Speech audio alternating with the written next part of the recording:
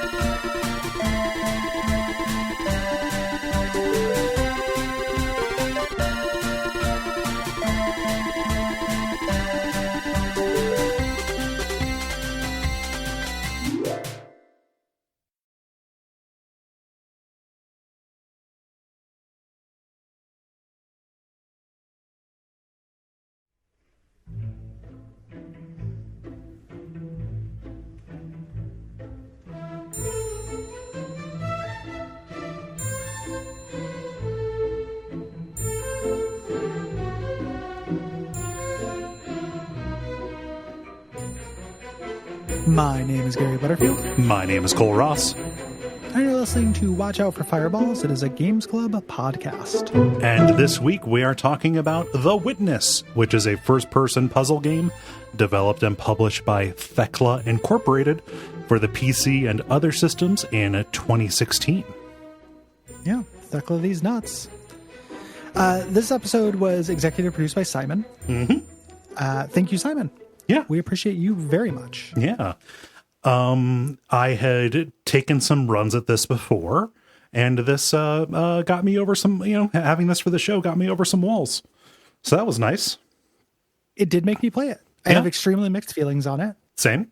And it's complicated. Like I have complicated feelings about this game. Yes. I'm glad that I played it. Yes. So you play as an unnamed character who wanders this uninhabited island of mystery, solving puzzles with very little direction or story provided to you. This is meant to be a contemplative kind of thing. Very much so. This is Jonathan Blow's follow-up to Braid. If you don't know who that is or what that is, there's a really part of the kind of middle wave of very influential indie games, and the biggest critical darling of that wave. Then this man went on to talk a lot. And talking makes problems. I was thinking about it. There are very few gaming auteurs that I've grown to like more when I learned more about them. Yeah. There's some, but it's pretty rare. Yeah. Like, following Jay Tholen on Twitter, I'm like, this guy seems really nice. Yeah. And that makes sense with Hypnospace and Dropsy. Like, I like this guy's philosophy, and I like him now that I know more about him. But generally, knowing more about the people who make these games hasn't helped. Yeah, there's something that you say whenever Jonathan Blow comes up, and I'm going to do my best to separate my opinion of the man from my opinion of the work. It's going to be really hard because he doesn't. No, he inserts himself a lot into this. The act of playing this game, it feels like you have him right over your shoulder, both quietly judging and also kind of like speaking directly into your ear the whole time. But there's something that you said about him that is really, really accurate, which is nobody should ever be called a genius. It hurts people to call them a genius. Yes. Like you call somebody a genius enough times, like they're going to get up their own ass in a way that I feel like inevitably makes them worse. Like, talking about ego and creators is something that we've done a lot on this show, and it's just really interesting because there's people who I feel like a common response to my weird struggles with egotistical creators is, well, if you can back it up, that's fine. And like these are great puzzles, and like there's really cool stuff this game does. There's no doubt that my man is smart and has like a point he's working towards.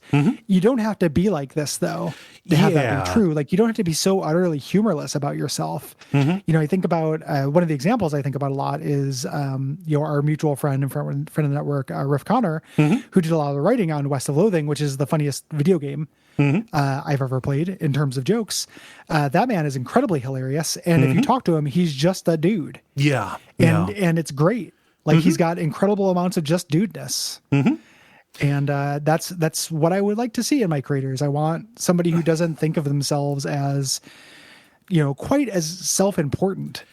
And you know, this game is self-important in terms of the bread and butter, in terms of the I'm a smart boy puzzles, but also the philosophy is very like about the pursuit of knowledge and the pursuit of meaning. And about, like it's aggrandized. It's really, really aggrandized. There's a word that I don't like because I feel like it's thought terminating, which is pretentious.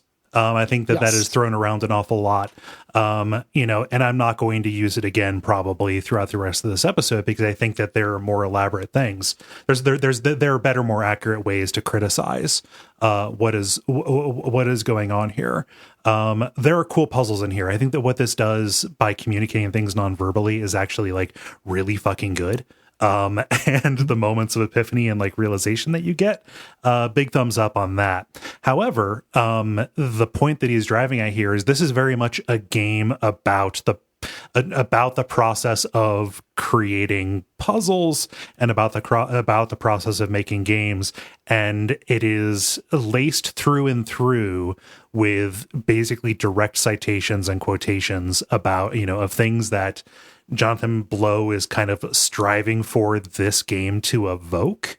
And to me, that seems extremely insecure, where you have an hours long lecture at the end of this that is like talking about the importance of like hiding puzzles or whatever. It's like, dude, for as much effort as you put into like successfully communicating the mechanics of this through play, to then, you know, go alongside that and load this up with basically citations like cool things that you would link to on your Twitter account, to like say this is kind of what I'm going for. It's like, I don't know, you can kind of leave that unstated. Like actually the more admirable thing would be to have it communicate entirely through play, if that's what you're going for. And so there's an awful lot of like a stated goal, you know, like we were trying to do X, Y, and Z on this, but all that did was create more, you know, all that did was create room for him to kind of undercut that by adding in these, you know, extraneous elements. I mean, again, you know, to kind of like make things headier. I'm okay with things being heady and literary, etc., blah, blah, blah.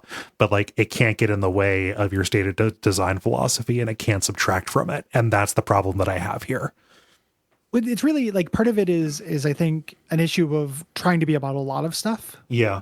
You know, like it's about that game making process and perception and how that perception affects us and everything. And the other part of it that is frustrating is that it's very, you know, it's a very just kind of tell.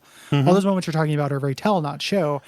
You and I both came upon the comparison of this with Bennett Foddy's Getting Over It, which are both games that are very difficult in different ways, where the narrator tells you what it's about. Yeah. You know, it just shows up. Like you can just, oh yeah, like here's a video. Here are the things I want you to think about. You can kind of, there's a little bit of work for you to do in connecting it to the play. Yeah. Not a whole lot though. Right. It is a very superliminal join the Navy kind of style of theming. Yeah. And you know, again, the comparison to Bennett Foddy's, was it not Getting Up? Is that Getting Up with Bennett Foddy? Getting Over It. There we go. Getting Up is what you do with Umberto Eco. Yes. Or with, you mean with Mark Echo? I would really like to play Umberto Echo's Getting Up. I guarantee that was a webcomic, like 1,000 webcomics in 2008 or whatever. But Getting Over It. Yes, you do have Bennett Foddy narrating that. That, however, is done with a real sense of humor to it and a sense of timing that is very much trolling you about what's going on. And that, I think, leavens it. There is no humor to this. That's a big thing that with like super, super smart boys. Yeah. That gets on, that is a personal, like, I guess I'll put this, the big subjectivity disclaimer at the front. Like, I know a lot of people who, like, this game made cry, like, who touched them very much. Yeah. It left me very cold and felt very emotionally distancing to me. I'm not trying to take anything away from you. It's an extremely... that's true. Go ahead, sorry. For everything we do, you know, but especially whenever we have something that's produced by somebody, like, this game probably meant a lot to Simon, to produce it. And I just don't want Simon to feel like I'm kicking him in the nuts when I say, like, I don't think this, I think this game is really self-serious, and it portrays a man who is very self-aggrandizing and incredibly humorless about himself. In a way that is viscerally repugnant to me. And even separating the game from the man, so much of the man leaks through in the game intentionally. Like, that it's not me bringing that, it's the game bringing that. That I can't argue with the experience of just kind of feeling like I have spiders on me when I think about, you know, those decisions of, like, hey, you did a really good job, here's an essay that I like. It just it feels very sterile to me at the end of it. And one of the things that, if a piece of work is going to aim high, I believe that it needs to I believe that it needs to uncover a basic human truth. And I think that by kind of taking by taking the sterile citation approach, I think that it is pretty unfocused, actually. And it, you know, doesn't, you know, it dwells on aspects of humanity, but does not link to something beyond just, oh, isn't it cool how we learn things and how the human mind is designed to relate things and draw patterns. You know, it's an awful lot of words to kind of convey that same thing. Tetris effect. Yes. Yeah. You know, one of the things, that's not the only thing I think it's trying to get across, but it's one of the big ones. Yeah. And this is also a thing where it's not like, I think for people who this game touched really deeply, the play was also A+ for them. And this was something where, you know, roughly 2/5 of the play I found tedious and fucking obnoxious as hell, like, just exhausting. Yeah. You know, so it's not something where for me it's like, oh, this is a really fun game in the wireframe, but the philosophy is what sinks it. It's every set of puzzles has about 2/3 or so that is justified, and then just an end game that is just exhausting and annoying. The process of learning this stuff is A+ when it gets to being you know, kind of like the final exam, or just kind of like what I would uncharitably call the difficulty fuck part of it. That's when it starts being like, haha, I taught you. It was fun to learn this, but did you really pay attention? I am the riddle master. You know? that could eat my entire bridge, dude. Like, it is like it's exactly that, because the fun part of this, the aha for me, is intuiting rules and noticing things about the environment. And A+ is what I would give that. Like, that shit is cool. And this will make more sense in context. We're kind of all over the place, but it's fine, because so is this game. It's all, you know, that stuff is cool as hell. But when I get to the point where it's like, how many different ways can you iterate on that? It's impressive in a way that reminded me a little bit of, like, Uzumaki. Where, like, Uzumaki was like, how many things are spirals? Let's do a short story about every single spiral I can think of. This was like, let's make a puzzle for every single iteration of this that I can imagine. But a lot of those are just, like, not fun. And I didn't get any satisfaction of solving them. I just was frustrated. Like, I would get it and I would know what to do, but I would have this feeling of looking at them and being like, I know how to go about solving this, but this just seems like it's going to be a huge pain in the dick. Like, I'm going to do it, but I'm not feeling any, like, you know, I'm not rubbing my hands together and like, oh boy, it's time for a Fig Newton. You know, it's more like, oh boy, it's, you know, time for some work that unlocks more work, that unlocks more work, that unlocks more work. You know, it's a real diminishing returns experience for me in every strand of puzzle. You know, the initial part is great. Great. It almost has the exact opposite of the curve that I would want, where like what I like is slow going in the beginning, especially for puzzles, but then as you figure it out, it accelerates. The uptake on this is really fast, but then it slows down as it goes along. Which is very intentional. It wants you to stop and contemplate and take time away from the puzzle and go do other stuff and everything. And that is a currency that spends with me, but it doesn't spend this much. The game is about that. One of the big thematic things about this game is like slowness and observation. Like every thing in this game is slow. You are meant to take a long time to get through these puzzles at the end.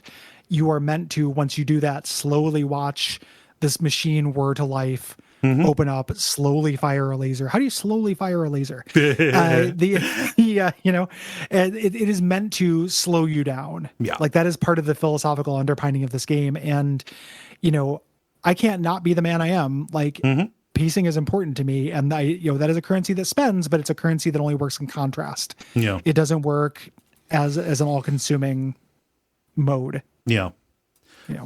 Let's get into you're drawing it. lines.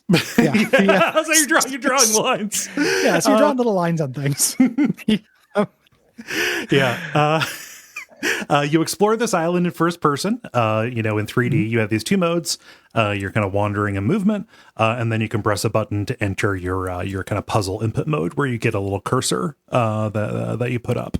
And the vast majority of the puzzles are going to be input onto these panels that you see. These are pretty much always at eye level. It is very obvious, hey, interact with me. And these panels, you solve them by drawing a path on this maze-like grid directed by sets of rules. Yes. Initially, they're just mazes. And the only rule is you can't intersect with yourself. You can't light cycle. But eventually, and they have to terminate at this little line segment that's poking out of the grid. Yeah, and begin at a circle. Very effective how it shows this. Yep. It begins with a circle. That's very important. Then there are 11 different areas that all have different kinds of rules or complications that define them. We'll talk about those as we go, because that's mainly, the game. But for example, early on, there are black and white dots that must be like separated. So you can't have them, you're using the line to cordon off different sections of the maze for each one. That's an example of the kind of thing we're doing. Yeah. One thing is we're not going to talk about individual maze panels in this. Right. That I think that'd be a nightmare. And just imagine trying to describe them. So we'll talk about the rules and kind of some of the arc and everything like that, but we're not going to spoil solutions. In this. How could we? Like we will spoil the big cool twist, but we're not going to, this is an audio medium. We're not going to describe puzzle panels to you. Yeah. This is an audio verbal medium, and this is a game that goes very far out of its way, at least in its mechanics, to not verbally describe any of it, any of the rules, anything. It is entirely visual and tactile, entirely interactive. And things are taught through the puzzles themselves. And this is great. I love the tutelage that you go through. I love the way that it ramps up and how it teaches you exceptions. I think that all of that is exceptionally well done. The lines that are specifically like the classroom sections are some of the best designed sections of this, I think. I have some quibbles about their placement. Yes. I think that the game doesn't add a lot by kind of putting these willy-nilly. I think just putting these at the beginning of a zone would have been fine. Yeah. Because getting to a place and realizing like, is there going to be a tutorial for this that maybe I missed? Or is there not, is frustrating to me. Yes. I would have rather had it just be there. But I do really like the way that these articulate. Yeah. And this is how everything is done. There are two types of puzzles in this that are not done this way, that are pretty tricky for people of any kind of different ability. So it's very colorblind unfriendly. There's one whole section of it that relies on color gradations other than black and white, and they are very similar color values. I have cones that are, a doctor would look at and say, yeah, no, this is a person who is not colorblind. Good cones, bro. Good. Hey, good cones. Got to high five you on the cones. Hey, buddy. I even had trouble. I even had trouble discerning some of these differences. They were very subtle. It is, and there's also a section that's sound based that a lot of people have different issues with pitch. And forget. And if you were just hard of hearing, get fucked. Yes. There's interviews about this where Jonathan Blow talks about it, and again, just like ways in which the hymnist leaks into the game that are, again, it's hard to explain exactly why it's so repulsive to me, but his tact on this was like, we recognize that really early. Rather than redesigning it, we just decided to make those sections optional. But so, not really. Yeah, they're optional-ish. Like, you don't need to get them to get to the real ending or to get to the ending or the true ending. You do need to get them to get the full completion stuff. You do, you have, the game is trying to teach you something about perception and it's trying to make a statement about it. Yeah. What is it saying to me? Yeah. You know, like, what is the message I'm meant to get from this? And the, not only, and that's even putting aside the fact that leaving out those two nodes makes the game much harder because even just to get the ending, there are two of them that you just can't straight up do. It also communicates to me from Jonathan Blow that this clever puzzle idea he had was more important to him. And as somebody who, you know, the tone one, you know, I don't know exactly how you design around that. Colorblindness stuff is super easy. You just use shapes. Like, just, and it would ruin the aesthetics. It wouldn't have this kind of like IKEA clean aesthetic. Yeah. But it would have been doable for anybody. Yeah. Like, make some of the squares have pluses or minuses or triangles or square, you know, different shapes in them. Like, you just use shapes. Yeah. And choosing, that's what solves colorblind. Choosing which shapes you would get that, you know, to not like miscommunicate. Like what is there, you know, like what the rule is, that would be difficult. You know, because the shapes that are used as kind of shape clues, you know, every part of those is, you know, essential to them, right? But there are patterns you can do and, you know, stuff like that. It's not like that would be impossible. And you say, I don't know why this is so frustrating to me or disgusting. To me, the message that it sends is, if you were born the wrong way, then fuck you.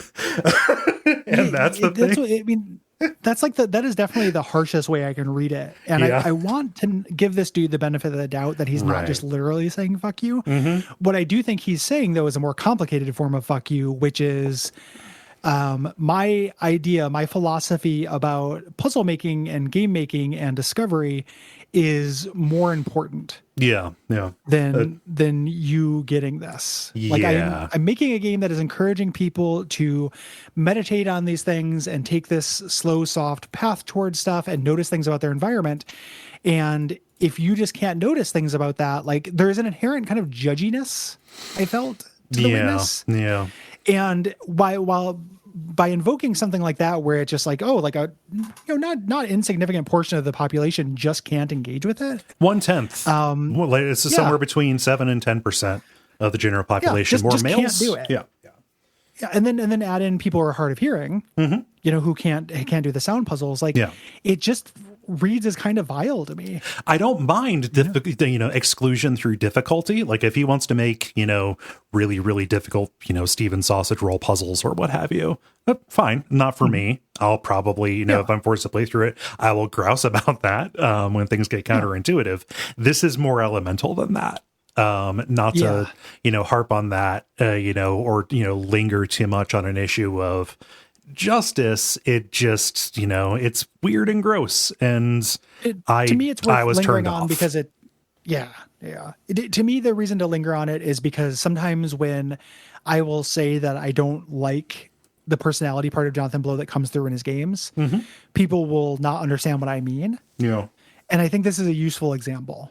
Right? Like, you could say, like, oh, it's not malicious. He just really wanted to keep those puzzles in there. And I'm like, yeah, no, I know.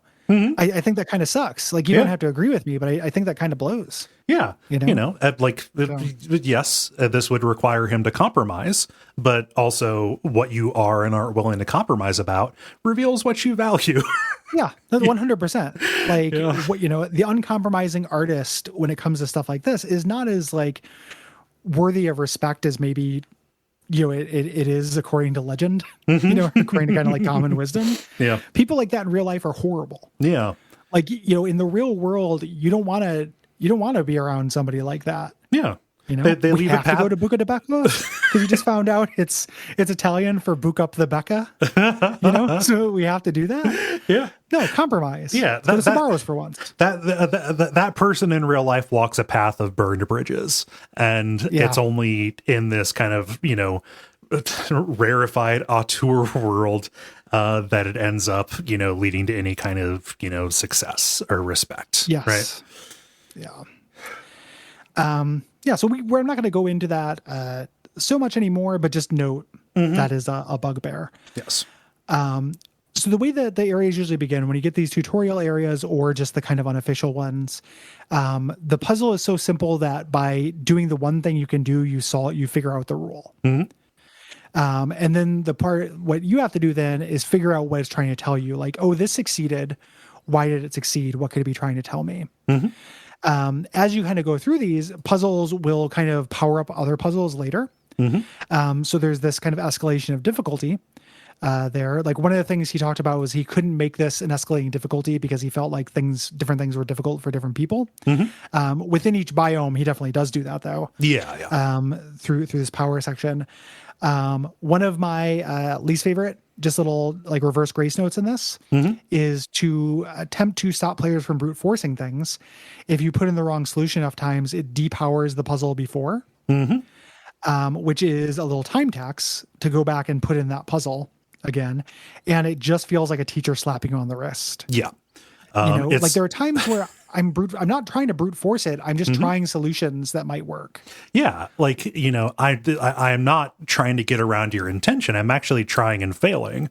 And just because I failed one more time than I expected to, I don't know, like that doesn't motivate me personally the way that I think to work through it. Strong feeling of like, and who are you to try to motivate me that way? Like there's this weird, like patronizing feeling to this whole thing. Yeah. And it's like, man, no, I get to fail. That's the whole fucking point of this, like making me do this little time tax to stop somebody from doing something that, like if somebody wants to get through your fucking puzzle, they'll just cheat. They like, you don't have to take this method to stop people from brute forcing. It's not clever. It's just like obnoxious to do that. And it just ended up being very, very frustrating to have something that follows like Chase Bank timing you out of your password rules. Like the weird thing is, so the most the most charitable way that I could explain this is the game signaling to you, okay, take a break from this, walk away from the puzzle, go back to an earlier one, and maybe through that you by doing that puzzle again, you will learn something new about the rules that are in place here. That is undercut by the fact that when you go back to the previous panel, the solution is still drawn on it, so you can just trace back over the solution and then go back to the puzzle that had you stuck and continue going through it again. And I think that is the intention, is like, hey, think about this a little bit. But the frustrating thing is like, I'm not thinking about things. Like what this signaled to me was like, oh, get out a piece of paper and pencil and try out your solutions before you put them in the final version. Yeah. Before you do the crossword puzzle in pen. And I'm like, fuck you, this is a video game. Like I'm not doing a crossword puzzle in pen. I'm interacting. Like that's how you learn things. You interact and get feedback and then you iterate. That's literally video games. It's like it's literally what this video game is too. Like, and the rules, we talk a lot of sugar about the way this game teaches you things non-verbally. It's far from perfect, right? Like, something this didn't show up for me, but I watched a video about this, and someone was saying that all the tutorial black and white dots could also suggest that black dots need to be above white dots, or vice versa. But like the way you do like for several one of those. Yeah. It doesn't look like it's teaching you that they just need to be separate. It could also look like it's trying to teach you about the space. Like there are other examples like that where this rule is actually a little bit ambiguous. Yeah. So just again being like, no, the rule is correct. The game is correct. You go back and fix it. You didn't get this ambiguity. You didn't understand that the edge of the puzzle relies on this, or you didn't understand that all of the dots of or that all of the dots of a different color, don't necessarily need to be in the same space. They just need to be cordoned off from each other and stuff like that. Those are assumptions that you had, that like the trick of the later puzzles is being punished for assuming that. Yeah. And it makes me think about like what this buys by being nonverbal. Like it's impressive. Yeah. It's cool. But if, when you can have your nonverbal things be misinterpreted like that, like reasonably, is the juice worth the squeeze? Yeah. On that. And when it is just like slaps your wrist, hey, go back and do the old one again. I'm going to fail. You have to redo third grade of this puzzle. It's like, man, maybe the problem is with you, John Blow, like it with the game. Like, it doesn't have to be, it feels like this game is designed for people who, whenever they run into something in a video game, they assume the problem is them. And this game agrees with that. Yeah. More than any other video game I played, like, this game is like, oh yeah.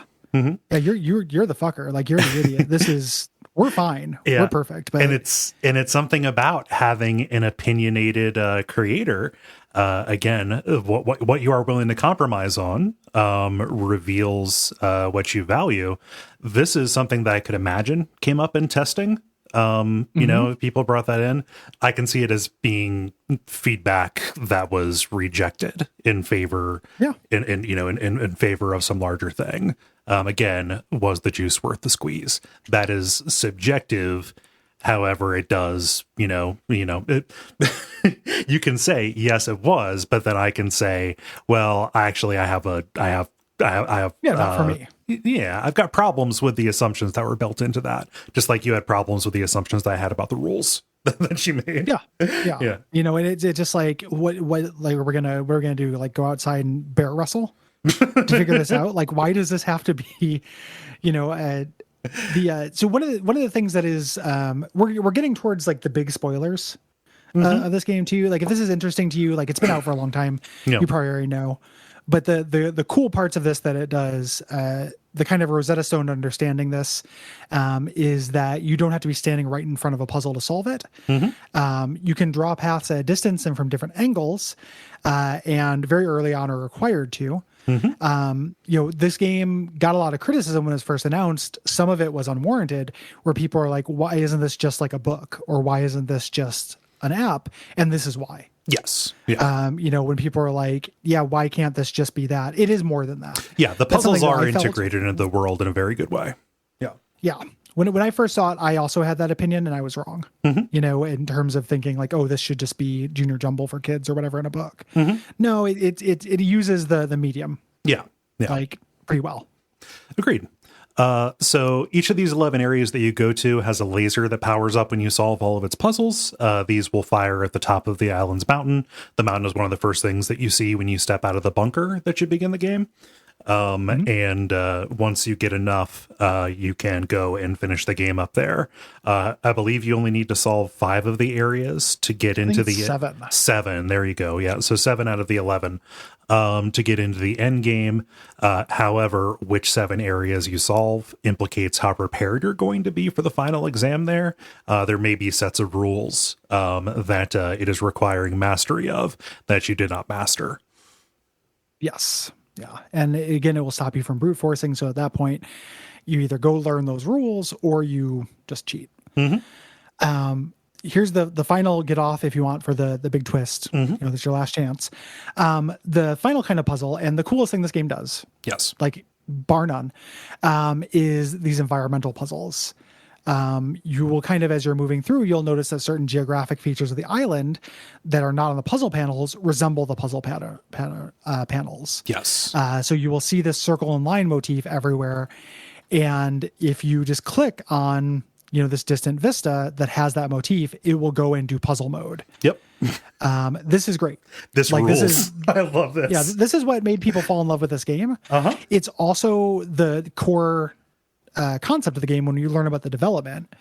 When Jonathan Blow talks about what inspired it, and it's like, man, why did you have to put a fucking billion just tedious like puzzles in between this? Like, why didn't you make a game about this? Because I think there are 20 of these out of 500 or 600 puzzles. It's 650 puzzles total. And there are 22 of these, I think. Yeah, and it's by far the coolest thing the game does. Yeah, and I love that. I love that as a concept for a game that through repetition and teaching alters the way that you see, like as an engine to induce Tetris effect, like intentionally, as opposed to, just kind of like timing your blinks as you drive down the highway because you see the street as a rock band lane, Yeah.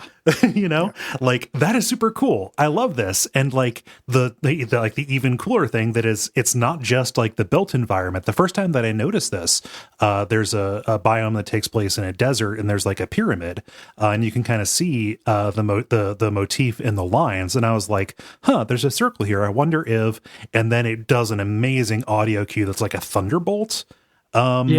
And like you see it start like shining, like it's like this little illusion that pops up on you, and like, oh, I can't trace this all the way, because of the angle that I'm at. I wonder if there's a place where I could stand. Oh, I can do that. And then when you solve it, like a mote flies over to this monolith. I loved doing these.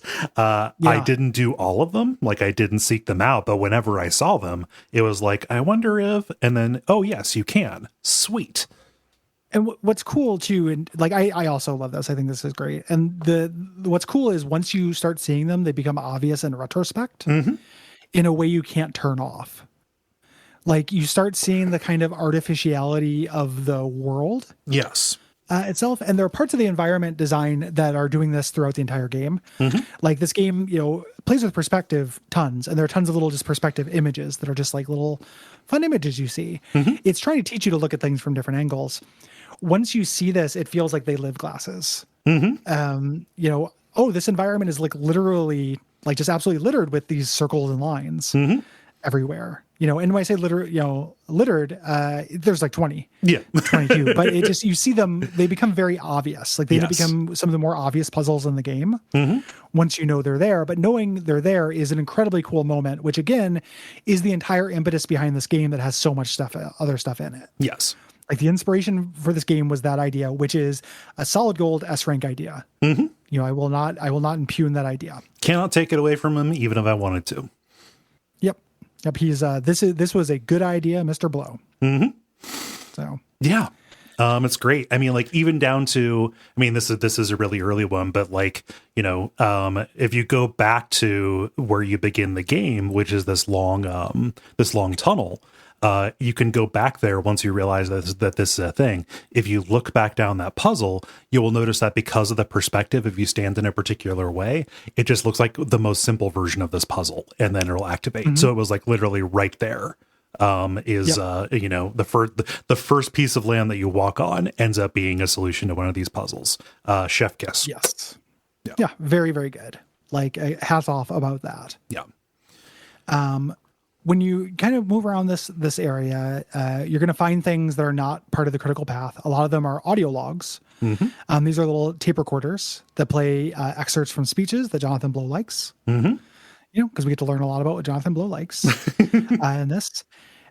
Initially, there's a lot more story to this, but one of his goals in this was to get rid of distractions. Yes. So the idea was he wanted every piece of information to be related to a puzzle or very obviously not related to a puzzle. I don't think that he did this. Yeah. Especially some of the sound puzzle things, it's like, no, that's not very obvious. Like that's, contradicting your goal of this. But that is the stated goal. Yes. These are numerous. I thought that I found lots of them. No, I went on the wiki and, they're littered all over the place. This is not a game where you like interact with the objects in the environment very much. So I didn't think like, oh, I can like touch something and move it out of the way. That ends up being where a lot of these are hidden. So forgive me if we don't make note of all of these, where they're there. I think I got the important ones. We're not gonna make note of a lot of them. Right. I think we're gonna miss a lot of them. The other thing we're gonna miss a lot of, in terms of like, we're gonna talk about in generality, but we're not gonna talk about all of, is that, there are certain kind of optional puzzles that will yield this kind of a secret room or a secret area, which has a little glyph. Later, you can find a theater. And if you put this glyph into that, you get to watch a video that Jonathan Blow likes. There are 7 of them, I think. Six or 7. Yeah, there are six of them. Yeah. 6 of them. And these are about different perspectives as well. These are philosophy videos where we get a fun varietal of accents that realm from, kind of go from very STEM, very pro-science, very like anti or like skeptical science, very much about effort and stick-to-itiveness and Gumption. stuff. Just kind of gumption, real team players. It's got a real team players in your area. It underlines a lot of the things that the game is kind of juggling. Yeah. You know, like in terms of theminess. Like I think that there is, the main thing I think this is about how you see the world in terms of like game design, but there's stuff in there about how like, he talks about how making the game taught him things. It felt like the puzzles were already there and he was just discovering them. There's bits about that. There's a lot of bits about, again, perspective. There's a lot of things about like kind of Zen, like obliterating your mind to get this kind of knowing feeling without actually learning. Yeah. A lot of stuff about like connectedness, different perspectives and familiarity. The entire performance of Moby's "We Are All Made of Stars." It's really weird. Yeah. Must have cost a fortune to license. Yeah. If you unlock the certain patterns, you get into Jonathan Blow's CD collection. And it's that and Meredith Brooks. It's weird. Oh my God. So you can watch these if you would like. Some of them get very lengthy. Otherwise, though, it pretty much just is what it is. One of them's an hour, and it wouldn't be a Jonathan Blow game if that wasn't related to a puzzle that you had to wait through. Right. You cannot scrub. You can scrub these, but you cannot scrub this one. He just is again in that very like patronizing school marm way. No. If you want to do this, watch this thing I want you to watch. Yes. Yeah. This is a pretty game. I like the way that this looks. They achieved the look of it by designing by subtraction. There is not a tremendous amount of detail, and everything that is there is necessary. Lots of bold colors, simple forms that is intentionally designed to draw your eye, and succeeds at that in most of the time. Yeah. And also tons of these little perspective Easter eggs. That are everywhere. Like there's a lot of little grace notes in terms of how this is laid out, where it might feel like a random video game biome. They just set up like a tool to draw like desert dot level. But instead it's like, no. In this desert, there's a tiny little, bush. And if you look at this bush close enough, it's full of stick bugs that you can't see from a distance. There's a lot of little things like that I think are pretty great. Yeah. And I love it when a style works both at the macro and the micro like that. Yeah. That's again another thing that is impeccable. Yes, I would say. A choice that I take exception to is that there is no music in this game. Almost no music. Jonathan Blow thought that would be a distraction. He considers music to be extra stuff. Which it's the new type of guy dropped. I don't care for that music. It's just a distraction. No, it's just a passing fad. Instead, what you get is a lot of ambient sound of the environment. A decision that I like is because this is entirely lifeless. There is no there is no like bird song or anything, and when it is there and it's necessary for puzzles, it is being piped out of speakers that you can find in the environment. That does kind of like lend to a certain atmosphere of loneliness and isolation. Kind of almost like desolation, really. But what I think would actually make it more atmospheric is music. And the music could also be piped in through speakers because the actual story, the context of what we are in like a VR simulation kind of thing. In this game is what this is. And it's so designed, like all the statues and the fake, the kind of perspective tricks and stuff, like it is theme parky. Yes. And I don't want like a small world loop or something like that, but it does contribute to a feeling of like, it wants to enforce quietude. In a way that like when that works, that's really good. And when you're not in the mood for it, it just feels really boring. In certain places it ends up working. I don't know. It's weird because he says, oh, music is extra stuff. But by far the thing that has stuck with me the most about Braid is its soundtrack. That licensed, kind of like classical-ish ambient kind of stuff. I mean, that's still on regular rotation for me. Like that is a highlight of that game. So he has shown that he can exercise good taste with that. Yeah, it's for him again. It's that's the part of him that bleeds through. Is that for him? It's not taste. It is, it's not about whether it's good or not. It's the correct thing would be to do it without. Yeah. It's a singularity of his vision. Like anything that distracts from that, be it accessibility options or music, it's got to go. So this was announced in 2009, following Braid, which was very successful, as portrayed in Indie Game the Movie. If you want to watch Soulja Boy saying that he does not understand it, and then Jonathan Blow Jonathan feeling like he's about to cry. Yeah, just incredibly sad that Soulja Boy didn't understand his art game. People can be wrong about you. People can be wrong about your stuff, and it cannot affect you. Soulja Boy can. Yeah, like he has his carte blanche. Yeah, to do that. Like, what do you? Why are you sad? I'm not trying to say like Soulja Boy is too dumb to get it or anything, but he's having fun playing a video game with his friends. Like, I don't know, and he's loving it. Like, I can't, the part of you that gets sad about that, I just kill that part inside you. Yeah. Grow up, Jonathan Blow. Like, what is it? It doesn't matter. It's okay, buddy. Yeah. You didn't reach Soulja Boy. Yeah. And this was also in the thing, he became very famous for like responding to, articles, like people message board posts and stuff. He was like a real chronic name searcher of like correcting people who were getting the point of Braid wrong. It's got good luck. Again, new type of guy dropped. Like, so the Soulja Boy thing ends up making a lot of sense. Yeah. Braid is like, I have also complicated feelings about Braid, but I agree the soundtrack is impeccable. But this did, that game did really well, is the end point here. So he had lots of money. Yes. He was able to expand the scope for the Witness, hire a team, develop his own engine, and it's definitely bigger and more ambitious. Yeah. And a stated goal in making this was to, kind of like capture and repeat that moment of realizing something, either about a puzzle or about a story, just kind of those, how can we manufacture breakthrough after breakthrough? And people ultimately leading up to a different way of seeing at least the game world, right? Yeah. The path drawing aspect of this began life a long time ago, back in 2002. And this makes sense because this would have been the heyday for that kind of idea. He had an idea for a game where you played as a wizard who cast spells by tracing patterns with a mouse. Think a similar idea to like this happens in black and white. Like that's how you cast different spells. Yeah. As well. Yeah. And specifically, he had the idea of you would learn these spells as you would go. And eventually you would see in nature, you would see a shape that matched the spell books you would find.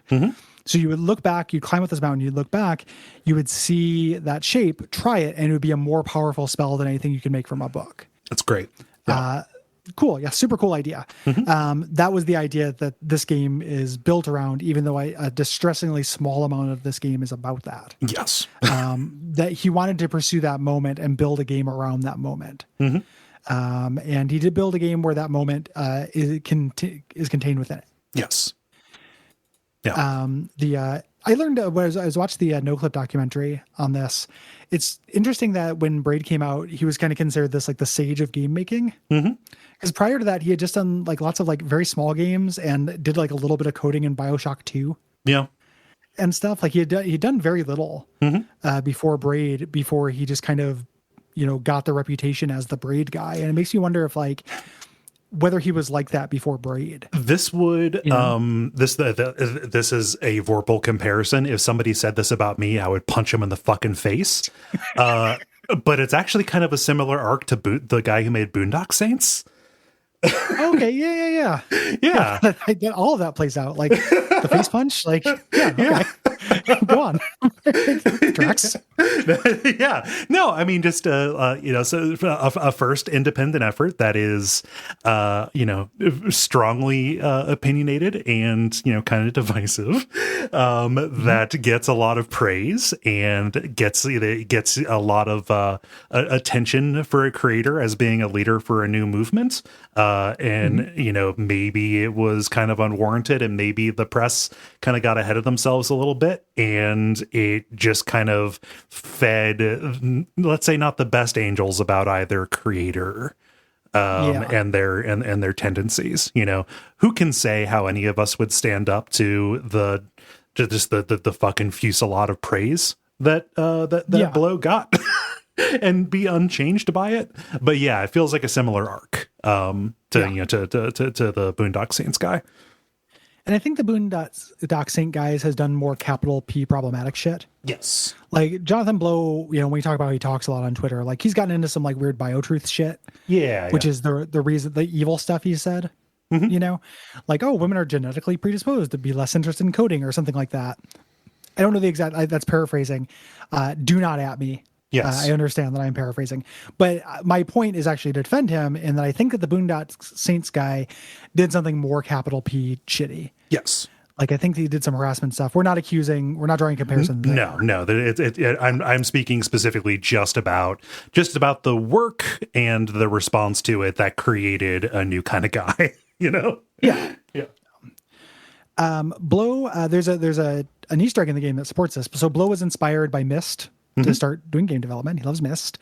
And one of the goals of the Witness was to capture that kind of good part of Myst, but subtract what he considered to be the bad parts of Myst. The kind of pixel hunting and distractions. Yeah.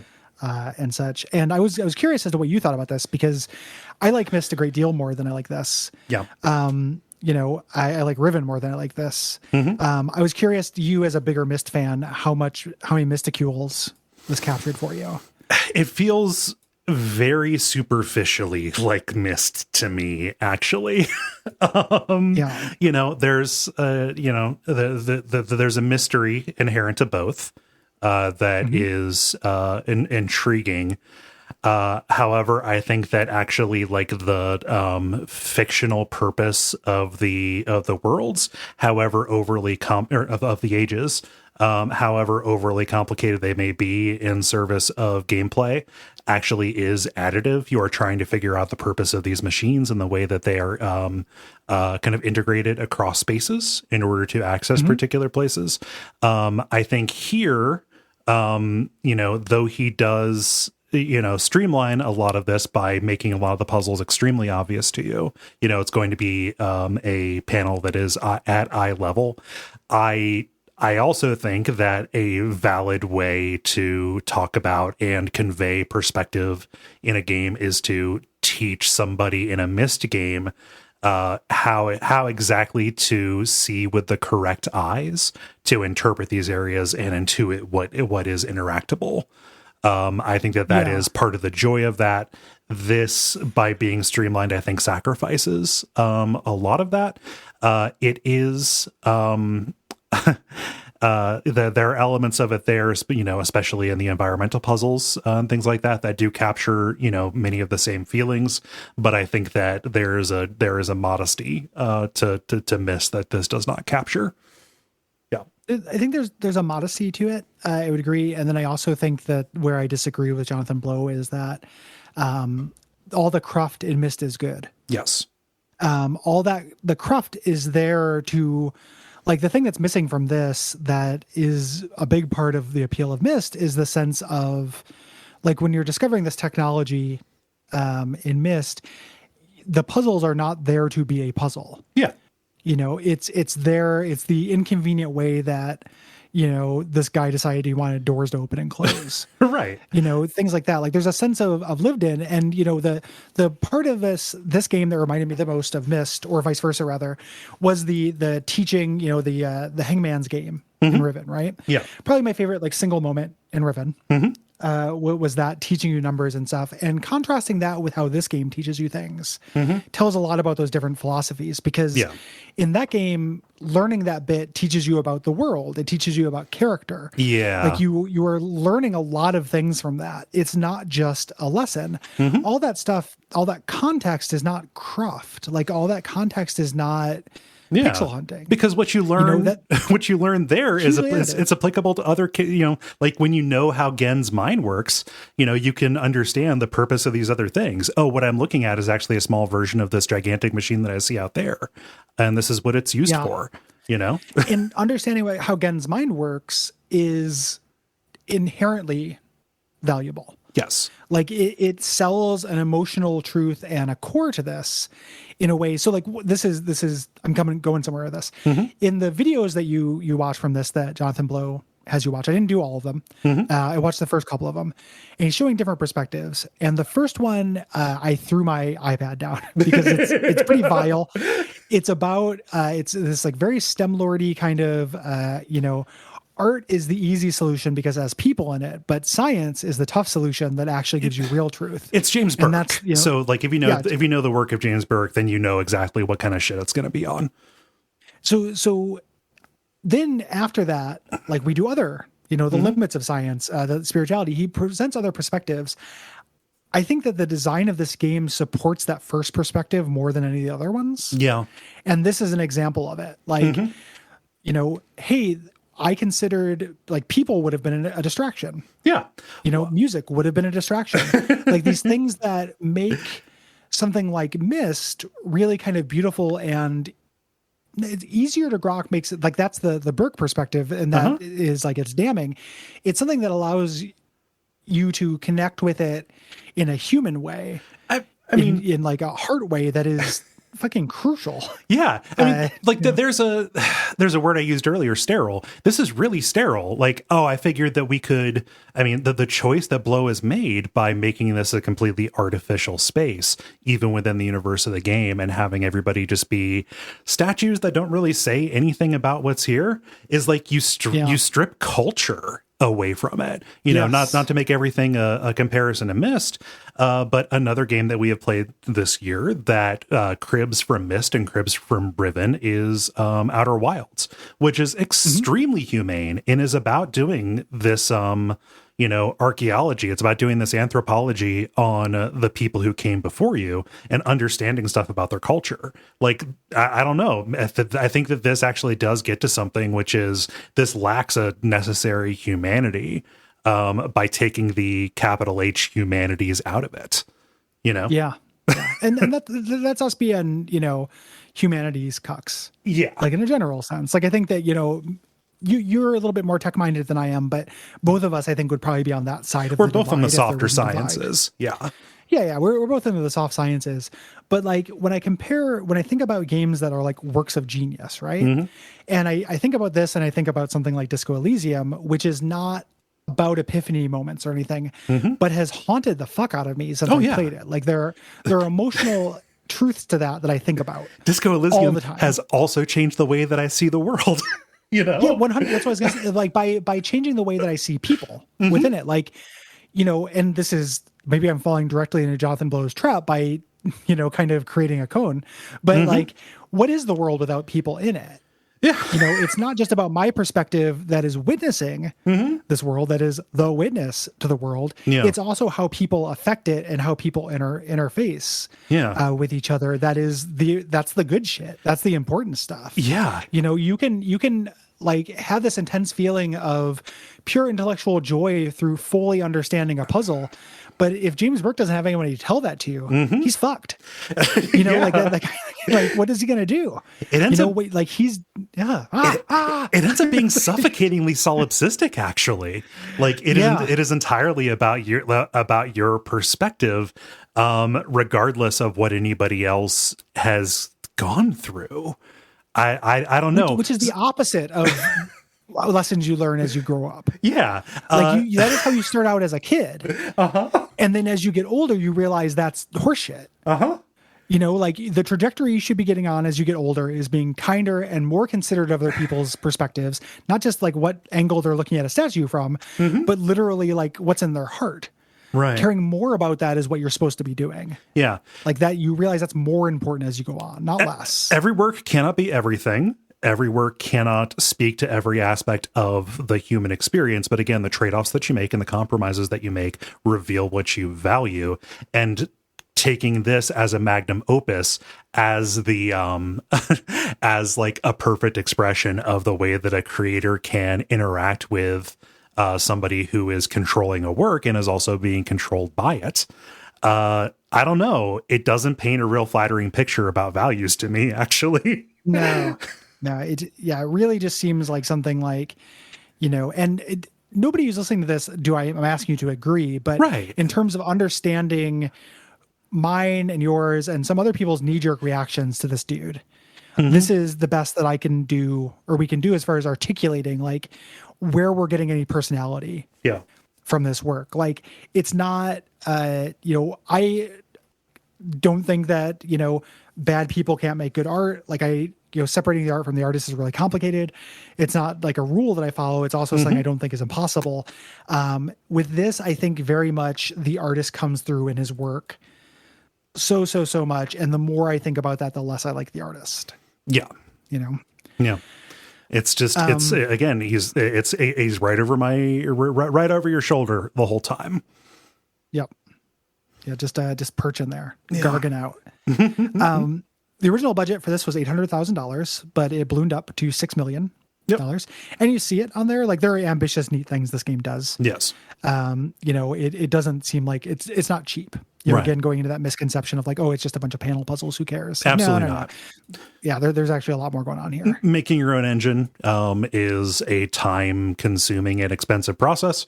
You also get things out of it. Like, it's really cool that this entire island is just kind of like kept, the state of it's being tracked at all times. There's, neat stuff about that. And that's, again, part of Blow, understanding, hey, I've got resources. I'm not going to take shortcuts. But also he refused to reduce the scope of the game. Whereas expanding the scope as they developed and, uncovered new capabilities, that was okay. And that ultimately led to not only the increased budget on this, but also, this took a long time to develop. Yeah. Oh, very much so. We just said, it started in, 2009? 2008, 2009, yeah. Yeah, like, so quite a while. So to kind of get these physical spaces in the game and totally nail them, the team consulted with architecture and landscape firms. So they would have optimal flow for these zones, which they do. They flow really great, and your eye leads them. But again, it feels more like a theme park than a real place. Yes. Yeah. This originally released at $40, which drew criticism. I don't like thinking about or talking about the cost of things. I think that there's enough here. 40 seems fine. We should be willing to pay money for games. Go ahead. Well, it's really interesting because he talks about how he doesn't want to give away the game, from a marketing perspective, saying like, hey, this actually does really neat, weird stuff would be good and would justify the price. But from an artistic perspective, he can't spoil that epiphany. Right. So the reason why it has that criticism was because, and it's not really an issue of fault, but the game was not, it's hard to explain what is cool about this game without spoiling it. Yeah. So it has to be like $40, trust me. And even that trust me, that money's going to spend differently in terms of what that epiphany will do for people. Indie games just didn't cost this. Like, the Talos Principle came out at the same price point. Steven Sausage Roll came out at $30, I think like a year or two after that. It just, when we talk about that, this costing $40, I think is just as notable as saying like EDF came out at 20, right? It's part of the story, of the, the earliest reactions to it. I also think that in order to compensate for that, he made a lot of claims about the length of time that the game would take, saying that, oh, it's $40, but you're going to get 80 or 100 hours out of it. Yeah, it really just depends on how many of those breaks you're going to take, how many times you're going to watch the essays. I'm glad it didn't take me 80 or 100 hours. I wouldn't be here right now if it took me 80 or 100 hours. We probably wouldn't have agreed to do it for the show. The original plan for this was to be PC only, but eventually got ported to consoles and iOS. Under no circumstances should you play this on iOS. I was gobsmacking that you played this on iOS. I got that version of it thinking, hey, I could try it. No, this is execrable. I forced myself through it because I didn't want to just like take a bath on $40, or $30 to pick it up again. And I just kind of patience my way through it. And is just a combination of life circumstances. That I had a lot of free time. To look at my iPad. And whenever I say something like this, someone's gonna be like, "Oh, you just didn't like it because of that." Like, no, like that added friction and stuff. But I did not have enough time for this. I picked this up several months before Simon sponsored it. I think I picked this up. There was a sale, and I got this on iOS in like November or October. So I was poking at this for fun before it was sponsored. I was not under a time crunch by any means. Yeah. With this game, I took it in the optimal way, which is poke at it when you feel like it. And I took it in a, like, I eventually got to the point where moving around on iOS, which was really cumbersome and shitty, I just got used to it. Yeah. Yeah. So, and but don't be like me. Yes. If you have a chance to play this with a mouse and keyboard or a controller, please do that, because you'll be doing yourself a favor. It will reduce the friction for it. I played this on PS4, PS5, and it was nice having it in the living room, because I've got a whiteboard up in my living room. Like for certain puzzles, I even like made little like cutouts in paper to like fit stuff together. It was nice. I had a little puzzle lab for a little bit. Yeah. Yeah. And this is definitely a game where that's a target market, for this. Like, I've seen videos and stuff online where people talk about like taking things into Photoshop, like making a digital version of that. Basically like taking screenshots and then going and doing that. And I don't know, like I could not have solved this game if I didn't have a cell phone camera. Like I took just shots of the screen and then carried it up and worked it out. Yeah. Yeah. I did a lot of screenshots. You're one of the things about this game, like that, again, that currency is going to spend differently for different people. That's something that attracts me less than it attracts a lot of people. I usually find that to be a chore. Yeah. And it wasn't a appeal for me, but I can understand it would be appeal for some people. Yeah. I liked it. And I enjoyed some of those, even though like the puzzles that ended up needing to get the most exceeded my patience threshold by quite a bit. Yeah. I'm happy that we're kind of puzzled out for the year. We took a real puzzle heavy first half of this year, man. And we basically have the schedule for the rest of the year. And there's another thing on here that's another kind of plays a little bit in a mystery kind of puzzle space. But other than that, we're back to video games. So happy about that. Variety is necessary. This game got well received. It got lots of critical praise. Going back and reading some of the criticism, it was nice to also see my own thoughts reflected as well as caveats kind of against what is going on here. And it sold well enough to recover its development costs early on. I can only assume that, given all the versions of this that came out, it was successful for the team. Yeah. Which, good. Yeah. Why not? We don't know what game Jonathan Blow is working on next. Since 2014, he's publicly been working on a programming language for games, which presumably would lead into whatever his next thing is. But it seems like his underscore trick is to make a lot of money with a game and then take as long as it takes to explore, wherever the next thing wants to take him. Yeah. Which is good, even though like between this and Braid, like I'm probably out. Like I'm kind of curious, but he hasn't done tons to ensure my loyalty or anything. I follow the development of this game pretty closely, actually, because it was out for so long. Just because it had been kind of dangling there for a long time. I don't know that even if he had announced it, I would be as dogged about it next time. Yeah. It's okay to get off trains. Yeah. You have to go down with every ship. If you're enjoying it, go down with that ship. But so you don't have to. You don't have to watch the last couple seasons of Orange is the New Black if you don't want to.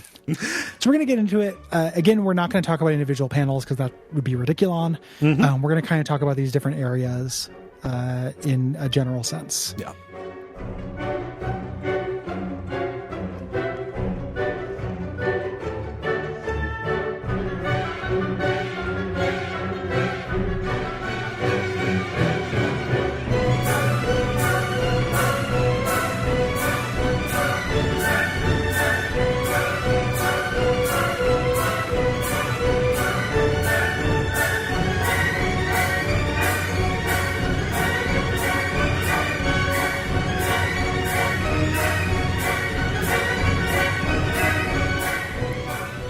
So you start out in this long underground tunnel. And to get even through the doors, everything in this game that is interactable is a panel of some kind or the sky or a river. Right. So the doors you go through just have a simple line drag to teach you, like, yes, you can drag in a straight line. Yes, you can turn. And this brings you into your tutorial fort. Yes. It is in a state of ruin, just like a lot of the places on the island. There are a couple of places where you can tell people like could have been like lounging around. There are some places with like, comfortable looking deck furniture and pillows and stuff. But otherwise, no real sign of life, as the little puzzles get slightly more complicated as you go. Your chain of puzzles will lead you to a force field gate that you cannot pass through. The kind of like little key puzzle there is blocked. So this is teaching you that if you cannot see, like if there is a visual obstruction to the line that you're going to draw, then you need to clear that obstruction. So you need to go power up these 3 devices to like lift these little latches on the panel. Yeah. Another complication they add here is puzzles that have multiple entrance points and multiple exit points, which will power up different outputs. And they're binary. They can have one going at a time. Mm-hmm. So you can choose to power up one section or another. And we have these kind of glowing tubes of energy that will lead you to the next thing. Yeah. So we know what is powered up. Once we get all 3 devices powered, we can open this path leading to the rest of the island. Yes. We've done the tutorial. Yeah. There's one of the lines that you can power inside that leads outside. This actually powers up a little secret area back behind where you can learn a new rule. Not one of Bill Maher's new rules, but just a new rule. Oh, yeah. This is your first introduction to black hexagons, which are puzzles where you need to wind the path through all of the hexagons in the path to unlock it. That's one of the more simple rules. Yeah. So these are not in the blocks between the paths. These are actually on the line, is to make sure you hit them all. Yes. And there'll be dead ends and stuff that make this more difficult. Mm-hmm. There's a little side path here that you can pass by that has the hexagons plus the black and white dots to it. This is here very specifically to teach you, bounce off of this. Like you don't know the rules for this yet. Mm-hmm. If you continue heading down this path, you eventually get to the tutorial for the black and white dots, which we mentioned before. That rule is you have to separate black and white dots into their own sections of the grid. Yeah. And kind of the aha for that is they do not all have to share an area. They just need to be separated from each other. Yeah. Yeah. Yep. And that the outside of the map counts as a line. Yes. Yeah. Kind of inherently. One of the first areas that I got directed toward, just because it is the most colorful after you do those first 2 kind of tutorial lines, is the orchard. It is beautiful, just full of pink foliage. And these are not grids that you see. The paths actually resemble trees. When you look at the panels here, it has kind of like a tree-like design, and it is not clear. Like there is nothing on the panel itself directing you as to which path this should follow down the branches. This whole area, the orchard's trick, is that the panels will always have a tree behind them that has one apple at the end of one of the branches, and the shape of the tree is going to match what's on the panel itself. Yes. This is we should note that you can do this stuff in any order. Yes. I didn't hit the orchard until way later, even though this is one of my favorite sets of puzzles. Mm-hmm. I think this is cute and aesthetically pleasant, even though it doesn't give you a laser. Mm-hmm. It's not, none of them are, you only have to do 7 to get the thing, so none of them are essential, but this one is especially unessential, but it's cute. Yes. I really enjoyed this one. Yeah. Sometimes there'll be variations where the trees, the angle you can see the panel and the tree at the same time will suggest one thing, but if you look at the tree from another angle, it will actually kind of untangle the branches. Yeah, yeah. The real cool one, like the final exam here, is that the final panel is next to a tree that doesn't have a fruit on it. There are just a number of branches, but the broken branches don't match one-to-one with what's on the panel. So you have to look and see, okay, somebody must have taken this, some animal or whatever, see what branch is gone but is still there in the panel. That is the exit point that you should be aiming for. That is real cool. Yeah. And this just gives you a little bit of a little environmental room. It opens up this little studio with bonsai trees and drafting desk where people are drawing anatomical drawings of like hearts and vein systems, as well as kind of arteries and things. Mm-hmm. And this is just to do it. Yeah. The first place I went to is the glass factory. Yes. Here. Yeah. Not Walter White's glass factory. Watching Breaking Bad again. Nice. But the witnesses. Yeah. No, you go down and you kind of see this factory that is built into a boathouse, kind of over the water. And the first panel here introduces the trick. When you start drawing a line, you will see that there are two entry paths.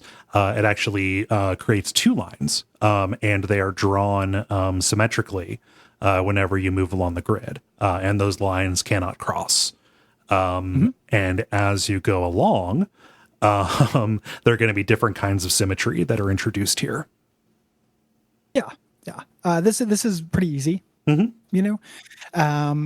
It is kind of laid out. The further you get away from the beginning, the harder it does get, with the exception of the quarry, which is very difficult and pretty close. Kind of belying the idea that they're not in an order. Yeah. The part of the the thing that makes this complicated is that the lines you're drawing are symmetrical, but the grid sections have different breaks. The grids are not symmetrical. So what will work for one of your lines will not work for the other one. You have to find lines that will work for both. Yes. For kind of both sections of this. Yeah. Not too difficult, but, relatively satisfying. Yeah. Something that you learn in here is that the physical state of the panels themselves will affect the way that they solve, or at least your perception of it. As you progress along the side here, the glass eventually starts warping. It's like a distressed Pepsi bottle. And they begin drooping, which makes it a little bit more difficult to discern where the dead ends are. It's more of like an interface gimmick than anything. It doesn't present like a real, like a real challenge. And they crank this up at the end. Yes. Has someone done a picture of one of those and then been said, take this down? Pepsi bottles only do this when they're very distressed. If you want to alley-oop that joke for me on Twitter, I can come in, or I can put one up for you. Yeah. just gonna race the clock after we record this to put that up before this episode drops. Yeah. So it'll be a real John Henry to see whether I can come up with that tweet before you can edit the episode. Yeah, we're recording and releasing this on the same day. Oh man. There's a steel panel block here, so you cannot solve all the puzzles here, but the last one you can do sends the power line outside to this boathouse, which you can head over towards. Yeah, to out off of the boathouse over to Symmetry Island, which is more of a peninsula. Yeah, don't panic. Yeah. What do they got there? Symmetry? So this is combining rules, your first official rule combination, where you have black hexagons you have to go through. And then, so you have to go through all of those while doing both paths. And then sometimes they have blue and yellow hexagons. So you have different colored paths that must go through their matching hexagon. Yes. Yeah. Cool. By the end, actually the kind of interface complication that they add is you get to a line of puzzles where each one on each one, the yellow line, it gets fainter and fainter until it is completely transparent. And this is also where they start introducing bilateral symmetry. I don't know exactly what it is. It's not like straight up mirrored top to bottom or left to right. Like both lines will start in diagonal. Like diagonal symmetry. And you have to kind of intuit where it is starting from by drawing a path and seeing where they block each other. Yeah. This is also where the background where you draw over the mountains, the reflections in the water. As well over here, it's been a minute since I played this part. This was stuff I did when I was playing it in November. I didn't start a new game over when we did this. We started doing it for the show because I wanted to get as much of it done. But I think that's where this is as well, where a panel will be out in front of islands you see out in the sea. They're reflected in the water. Again, training you to look out in the world. And the path goes over the rocks and the reflections. Yeah, the fact that the panels are transparent here is important because the information behind them reflects on you. Yeah. So when you get to the end of this, it's unlocked when you release these steel plates on the door with these 6 paired panels. The yellow panels have the symbol that you draw the path around, and you need to mirror the path on the opposing blue panels. So that's 3 panels on the left, 3 panels on the right, and you need to do a path on one and match the one that it's across from. Yeah, this is where I took a shot of the screen with my cell phone when I saw the yellow one, then walked over and input the reverse on the on the opposing one. Yeah. Yeah. The final trick here is that the final one, the blue panel, is rotated around. So it's like spatial reasoning. Yeah. Puzzle. Like, what would this shape look like if it was inside out? Like that kind of thing. Yeah. A little bit. And so once you clear all of these, there is a yellow box that has a puzzle on it, and you draw a simple line. This is your first laser. It sends up its little stalk and then shoots a beam to the top of the mountain at the other end of the island. Yes. Again, tying into the philosophy of this in a weird kind of prescriptive way, painfully slowly. Yes. It wants you to watch this technology slowly unfold. Yeah. Weirdly enough, for like an area I completed, one of my least favorite areas is the desert ruins. Yeah. I hate this shit. I hate this puzzle. This is I bad. hate this rule. I think this is just really frustrating and dumb. I'm like, man, like, yes, this is a way you could do it. You've done the Uzumaki trick of coming up with a spiral. God, is this fucking tedious? Yeah, well, because you have to. I mean, okay, so the trick to this is that there is no clue, like there are no symbols on the grids.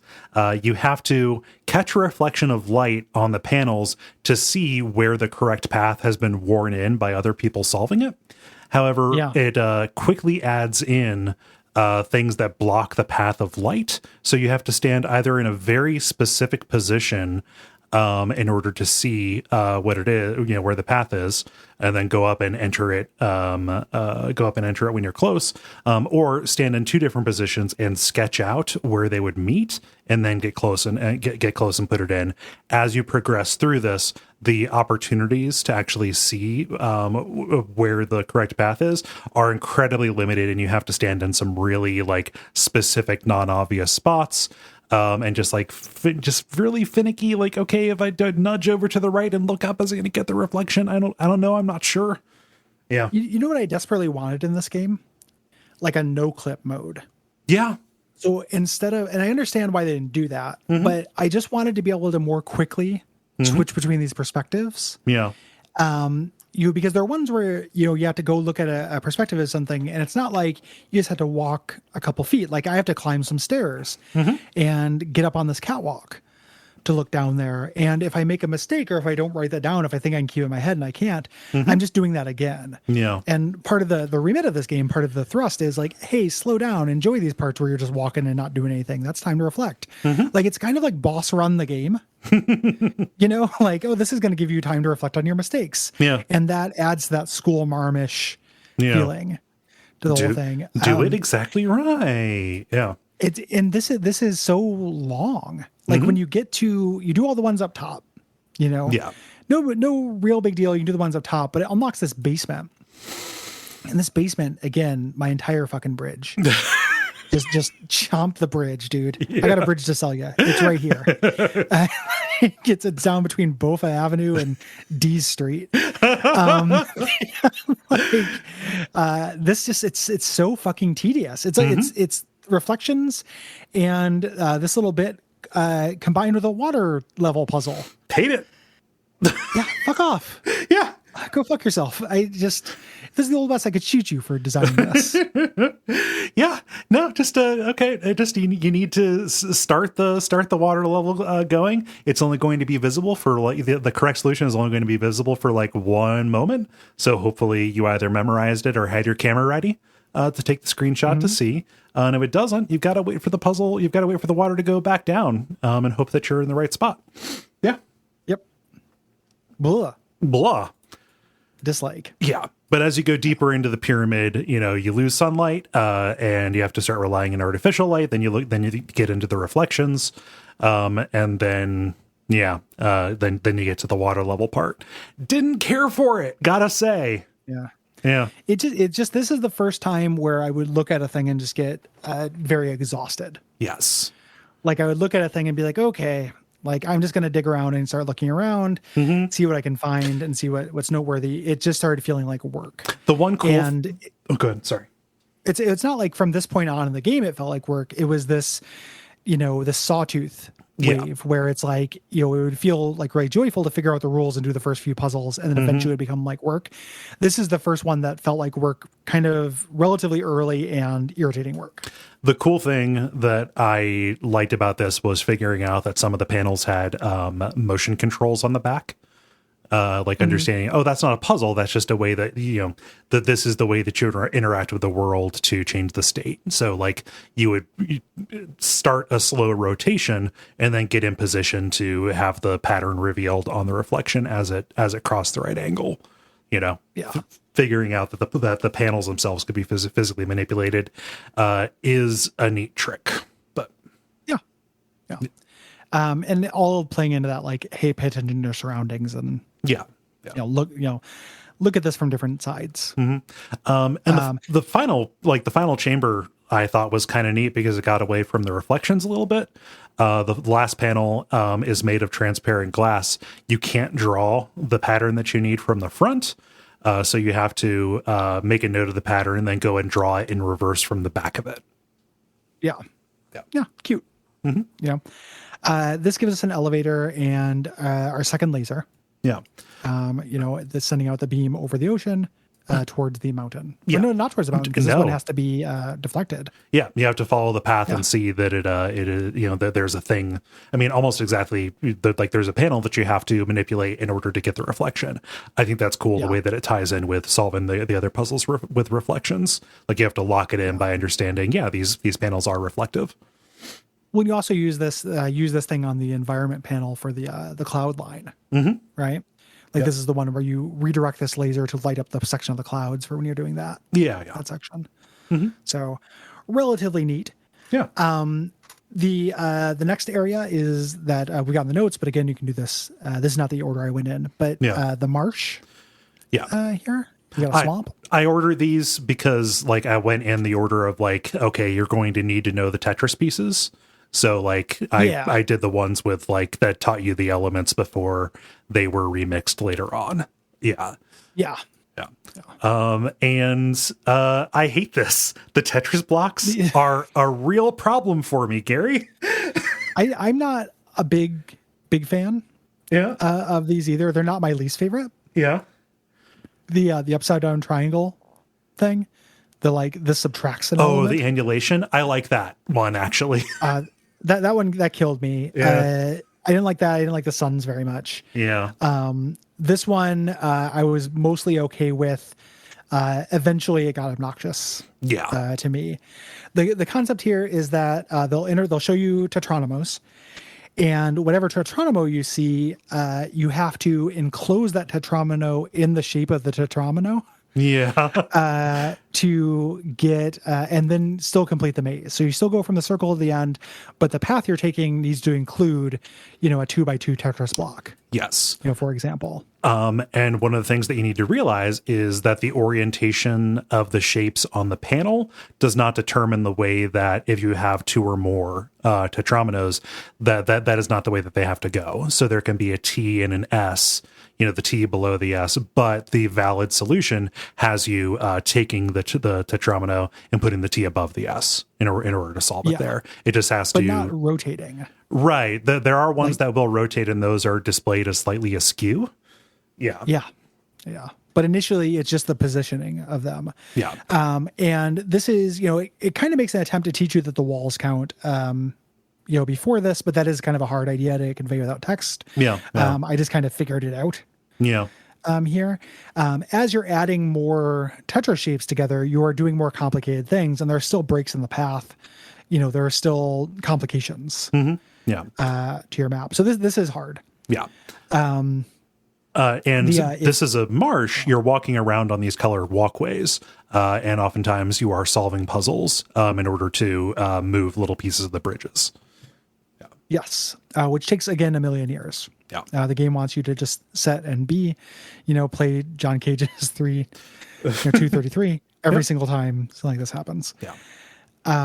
The kind of next level of difficulty you get through this are these blue eraser blocks that will get rid of one of the parts of the shape for you.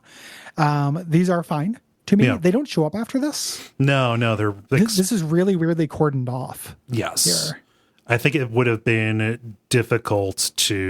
very difficult for them to mix this with other stuff. Yeah. I'd agree with that. Yeah. You end up doing some small runs of puzzles like down beneath the water in these kind of like colored off areas, but the ultimate goal will lead you into, I think this is actually pretty cool, this kind of like little house. It's like a raised house with this 3x3 grid of red tiles. And there are a couple of panels on either side. The way that you draw the path will determine which tiles are raised and which ones are lowered. And you have to figure out the order in which you have to solve these in a particular way to create a path for yourself while also destroying the path behind you to create the path forward. Yeah. It's neat. It didn't feel as connected to the central gimmick of the zone to me as I wanted it to, but it's cool on its own. Yeah. An area that I really liked. Oh yeah, I love this. The next one, the keep. Yeah, the keep I think is very cool. So this is kind of a castle fortress with hedge mazes. And you walk through a hedge maze, which you then are taking note of your first person perspective, and that is the solution to the puzzle. Yep. Which you put in. And the complications they add is that the mazes change. So the panel was put in, but they put in little gates in the maze. Yeah. So you have to kind of look where they've trampled the grass to get through there. Yeah. Love making note of that. The third maze ended up falling down because it was the first audio cue. The correct path is the quiet gravel, not the loud gravel. So have to turn up the audio in order to figure out, okay, it's not going to be here. Got to walk over here, take this path. The fourth one picks back up again. I like this because this has no hints other than the differences between the physical maze and the panel puzzle. So you have to go and like check and see which solution through the maze would be valid for both. And that is the one that that ends up being correct. Yeah, they do a couple of things like that, like where there'll be two different puzzles and which your move is whatever will work for both. Yeah, and that is a cool way of conceiving. You're running you're overlapping them in your mind, running a diff on them. Yeah. After this, you get up this tower that overlooks the courtyards. When the keep, one of which we had to solve to get up here, and there's this panel overlooking the maze that resembles all the mazes together. So you trace a path through all those puzzles together, and this activates the keep laser. Yeah. This is one big path through multiple puzzles. Yeah, I like this. What's great is you only have to do one of these. There's a whole other courtyard behind you on this tower that has a more complicated solution. You don't have to do both of them. If you figure out how to put together the pass on the one, then Yahtzee, you have a laser going. You don't have to do the others unless you kind of want to see what their gimmicks are, so you can comment on them for your podcast. Yeah. Yep. I did not finish all the other ones. Yeah. I just did them, and then I was like, I would like to look at something different. Yeah. The back courtyard is in more of a state of ruin. It's not as manicured. There are also creepy statues that look like people frozen in place. There have been a handful of these. This is the highest concentration of them. Yeah. And these are done generally for little fun perspective tricks. So like one of the more famous ones, there's a guy who standing, it doesn't look like he's really doing anything. But if you look at shadows, the way the light, his shadow is juggling. But he is just staying there with his arms in the air like an idiot. So a lot of these have these little gimmicks. I'm sounding dismissive of this. I actually like this a lot. Yeah. Like flipping around their perspective to see all the cool optical illusions and stuff. Yeah. That will pop up. Yeah. The puzzles on this backside, all of them, as you walk, it lights up the path under you. And then that creates the path that is, the valid way. And you have to input the solution by walking along the light up tiles. If you screw up, you can go back and reset it. It's like the puzzles in the Billie Jean video. Yep. And that's actually a clue. Yeah, it's actually a clue. Yeah. So, and sometimes your actual path is blocked. You can't get to where you need to go. So you have to treat those as like walls in the regular panels that you have seen before. The trick is you don't have to do this linearly, so you can start at a different spot. You don't have to walk the literal path. You just have to light up the correct path. Yeah. Yeah. And then there's another kind of final exam where it combines all of them, but it adds in the rules we've seen so far. Yes. So it adds in hexagons and black and white sections and Tetris pieces. So you can't trace your exact path. You have to do it while following those rules. Yeah. Tough. Mm-hmm. The puzzle, the next one, through the back of the keep, you can go out to the shipwreck. This is an infamous. Yeah, this is puzzle? one Jonathan Blow said, like, only 1% of people would probably be able to solve this.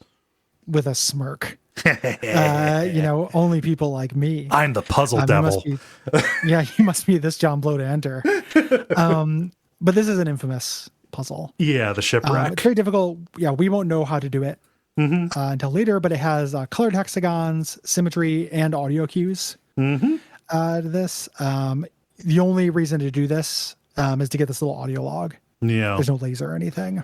Yeah, I made a note of it because it is the only reward for the most difficult puzzle, that doesn't have like time constraints put on it.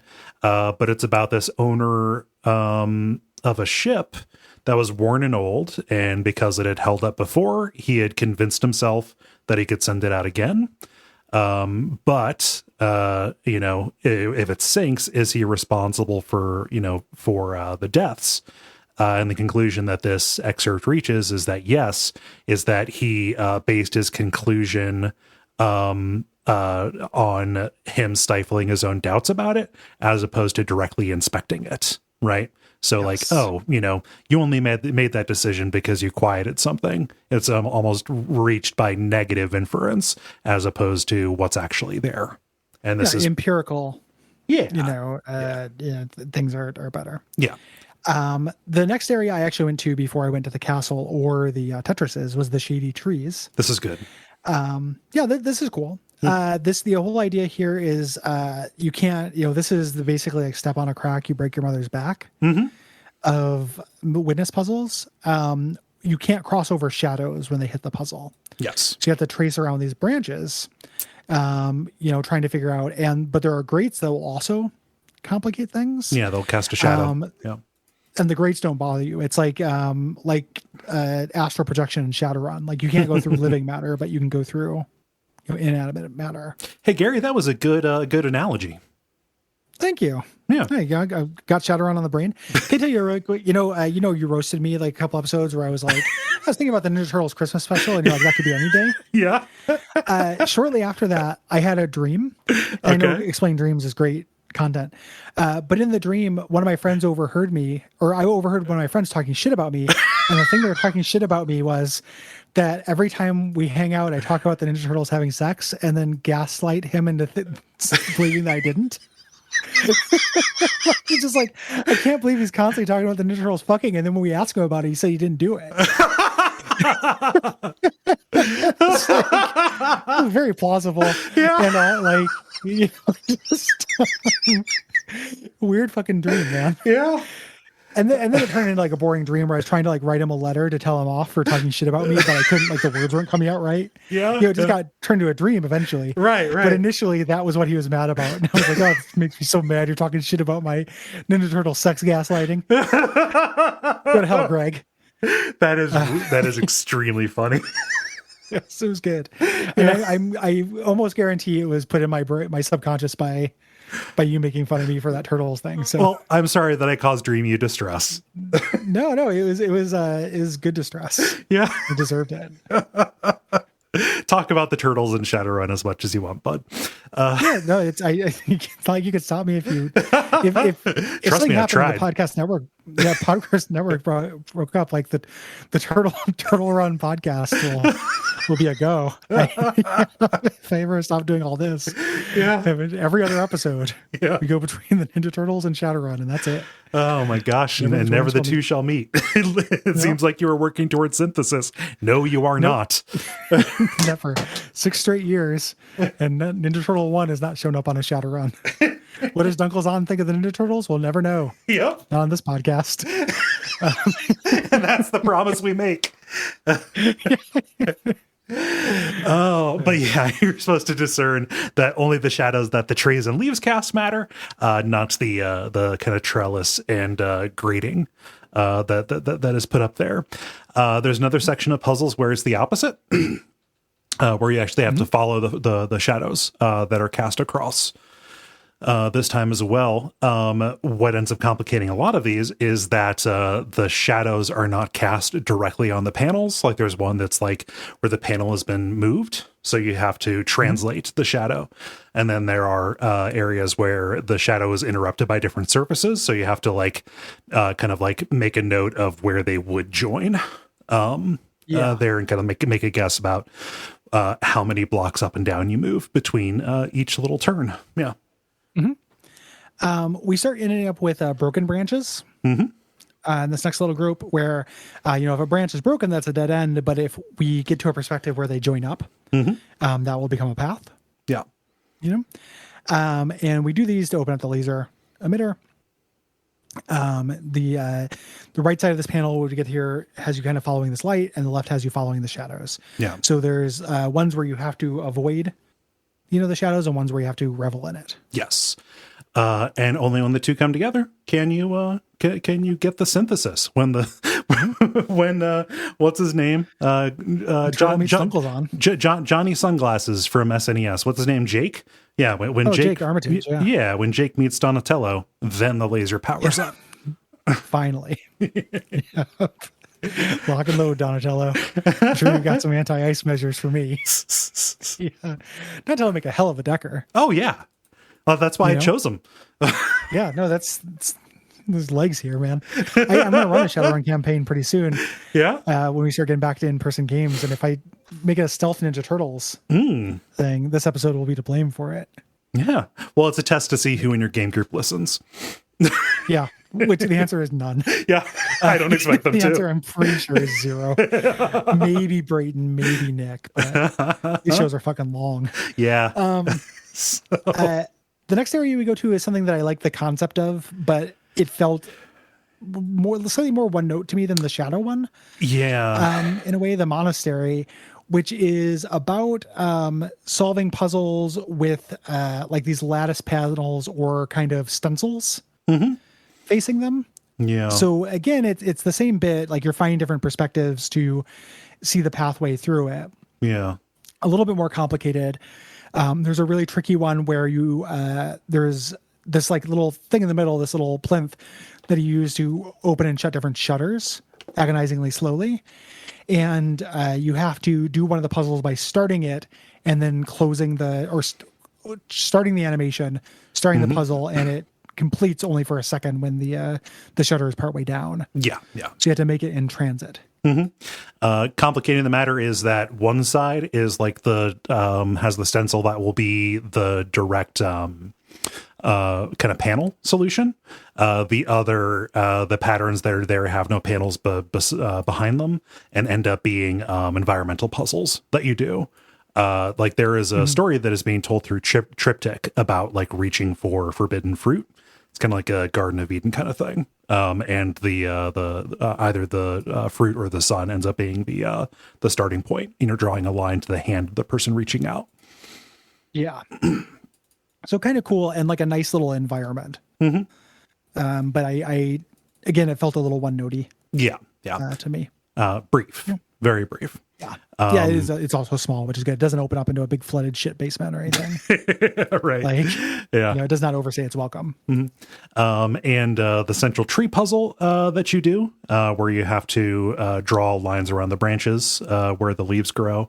and that is a matter of perspective as well. That will power up the laser here. And like the environmental puzzles, like you can run across them by accident either here, or the desert is where I ran into them, before it was like explicitly signposted to me. Like, did you grok those before it was brought to you, and where did that happen for you? The first one I got was just through exploring. So the first time I got a laser, I went up to the mountain, and it was the river. Yeah, that's the signpost one. Yeah, that's I just ended up noticing I did not. I also didn't say that to denigrate it. Yeah. Yeah, no, it's just that was the one I ended up finding. Like, I just got up to the mountain and looked back, but it was just because I did not understand. I didn't went into this game pretty spoiler free, because the one thing everyone told me was like, don't know anything about it if you can. I knew the environment mattered to your puzzles, but I only thought it was like things like the shadows. Yeah. So I went there initially because that's where the laser went. Yeah, you're unsure of the rhythm. Like, is there something I need to look for up there? Is this like the puzzle tower in the library at Mist, right? Exactly. Is this going to power up the mountain section, which is then going to power up the swamp, which is then going to power up, instead of thinking of them, like Kurvana gets drawing of an asshole, where all the lasers go into the middle. So that is the first one I saw. And then after that, like, it became pretty obvious to me. Like, doing that one unlocked a lot of them. I don't know how many of them I got, but it was the one thing in the game. Like, I got pretty done with this before I was done with it. As my kind of mixed reception to it. Yeah. But this is the one thing I did kind of seek out. Yeah. Which I didn't have to for completion. Yeah. Like, I would get to an area and look around for these first because I thought they were cool. And then get on to the panel puzzles. Yeah. Yeah. So. The next area is something of a nadir. Very few people like this. I ended up intuiting it a little bit better. A little bit more quickly, I think, but it is not intuitive. At the bottom part of the like foothills and the mountains, there are two kinds of forests. One that is kind of more woody, and the other one is like bamboo. And this is where you get sound puzzles. And these panels are unlike other things that you have seen before. You're listening for the pitch of these animal calls, and then you have to chart the pitches, the order of those pitches in the panels. So it will be like high monkey hoot, low monkey hoot, middle, and then that's what you draw, and it's the thing that you put in. Yeah. I also generally thought these were fine. I understand why people would not like them, though. It's it's like, to draw a comparison to Myst, it's like the solution to get into the Selenetic age, where you hit the notes on the piano and then input that same pitch on the sliders. Like, I think that will also determine your relationship with this. It's just, are you perceiving pitch? How well can you do it? Perceiving pitch, like relative pitch. Yes. Like, very specifically. Like, even once you figure out that this is about pitch, you can think of it, you can overcomplicate it very easily. Yeah. By applying more knowledge to it than it really wants you to have. This is something where I feel like this should have been like almost like a one-off puzzle. Yeah. Because making the intuitive leap that I need to translate sound to vision is enough. And all the attempts to complicate it are kind of what was annoying to me. Yeah. Where it's like, okay, figure out which animal you're supposed to be listening for in this crossed over, interference of multiple speakers playing. Right. Yeah. And it's just like, okay, like, I guess it's a skill, but it doesn't feel very puzzly. Yeah. It doesn't, it's challenge in a weird way that doesn't feel like the rest of the challenge in the game to me. Agreed. Yeah. After you get through that, there's a set of puzzles up in this bamboo thicket up here, with these differently sized hexagon dots in the path, and the pitch defines the order that you have to go. So the lower pitch going to the certain hexagons, and the higher pitch going to other ones. Yeah. Again, this is where it got a little bit obnoxious to me. It's not horrible, but a little bit obnoxious. Yeah. And this gives you a laser. Yeah. Let's go to the other nadir, the bunker. Yeah, I'm not super into this bunker. Do not do that. I mean, this is going to sound cranky. I don't love any of the things that come next. Yeah. Like, I don't love them. Yeah. It's fine. But this is the point. By this point, I had wrung my joy out of the game. Yeah. Mostly. And the things from this point weren't too complicated for me to get because I did more of them, but became too fiddly for me to enjoy. Yeah. So let's talk about exactly what's wrong with this bunker, because this whole area, it's a greenhouse, and it is all about perception of color. This is a building that's kind of embedded in the side of the mountain down by the sea, and inside you are separating squares by color. An elaboration of just the black and white. So you are keeping more than two things apart as you go. This is relatively simple. The complication has you, inputting what you think is their correct solution and having it reject it. But then this area is full of colored glass that you look through and then see what like the real colors on the panel are, and then going back around and then inputting the real solution that you have made a note of by taking a screenshot of it on your cell phone. And this fool doesn't understand that color constancy means that there are no real solutions to this. Right. Yeah. The dress is both colors. It's your brain. Yeah. It's your brain, fool. We head upstairs. There are puzzles on this wall. You lower to see the dots that are on it in daylight and in the dark, to kind of do this. And the final puzzle is this elevator that takes you to different floors with these very, very strongly colored lighting schemes, like very violently colored, changing the groupings on one group of these squares that you have in the panel. Yeah. So it makes a big difference, the light that you're in. Again, color constancy stuff. Yeah. The trick is that, you cannot, so one of the floors you can't get to naturally because the wire to it is broken. So even if you input the solution for it, you can't go there. What you have to do is kind of intuit, okay, to get beyond this, that's the color of light there. What would that do to the white dots that are on here to change the input? And then that's how you get past it to get up to the top where you activate the laser. Very colorblind, unfriendly, and yes. I do not do very much of this. Yeah. Another very frustrating section to me is the treehouse section. The suns are actually like not horrible to me. The thing I don't like in this is the section with the bridge, where you're basically doing a puzzle per step of this. That comes a little bit later. That progress is too slow. Yeah. In a way that just felt like it was crushing me into dust. In a way that I would never recover. To get here, you go by boat. There is a boat, which is kind of like a fast, slow travel. Yeah. Slow, fast travel. Yeah. Slow, fast travel. Yeah. Like you can kind of go from zone to zone sometimes. You head here. The direct route from this keep is blocked off by this drawbridge. So you have to send this boat up to the northeast of the island. Yeah. And this introduces the sun block. Little sun-shaped blocks. You need to have 2 and no more than 2 kind of paired off within a segment. Yes. The suns go together. Right. Twin suns. Yeah. And you're solving these puzzles to extend segments of bridges that are made up of the panels as you go along. At certain points, the puzzles have multiple exits. So you have to put in different valid solutions to direct where the puzzle bridge is going to go. They add in colored sunblocks that complicates things. In addition to the black and white blocks and the Tetris pieces, there's a rule in this with pink and green suns where they don't behave exactly like you would expect them to. It's only present here. I don't know what they're trying to say. I could not describe to you exactly how those behave because those did not need to be paired off like the other ones did.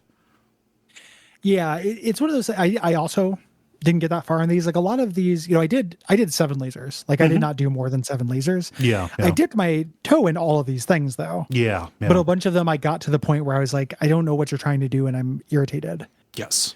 I'm going to go somewhere else. The big thing with this for me is just the iteration was too slow. Yeah. Like when you're getting to where you're designing the bridge, like doing the different exits to try to get to the correct place on this. Mistakes were just too costly in terms of back and forth for me. This one didn't bother me. Just different currency spent differently with different people. Yeah. It's also where I got to in this, like where I got to it in the game. Yeah. It's one of the last ones I did. So I was irritated. Yeah. About it. Like I was already kind of irritated, and a lot of the kind of philosophical personality stuff that had been building up, like had accumulated. Yeah. By this point, so I was feeling less, less liable, to treat this game with grace at that point. Yeah. The thing that you're ultimately trying to do, there's one panel that you solve that will open a door on a treehouse that's in a different tree. The default path does not get you to it in time to get through it. It's a time door. So what you have to do is you have to solve the puzzles in such a way that it creates a shorter path to get in there and power up the lasers. There's a very obviously placed audio log here that has an excerpt being read out loud from a guru named Gangaji.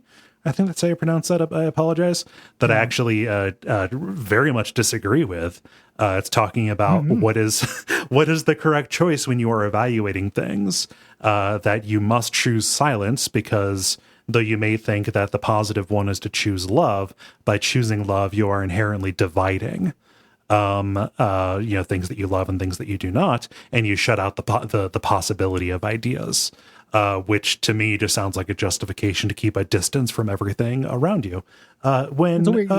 That's weird, because I think that it is our bonds that make life worth living, actually, lady. You can choose the good things and not the bad things. Like duality doesn't mean that there's, one of the things isn't better experientially. Like, yes, it means that to have light, you need to have dark, but also I'm going to choose one of those. Yeah.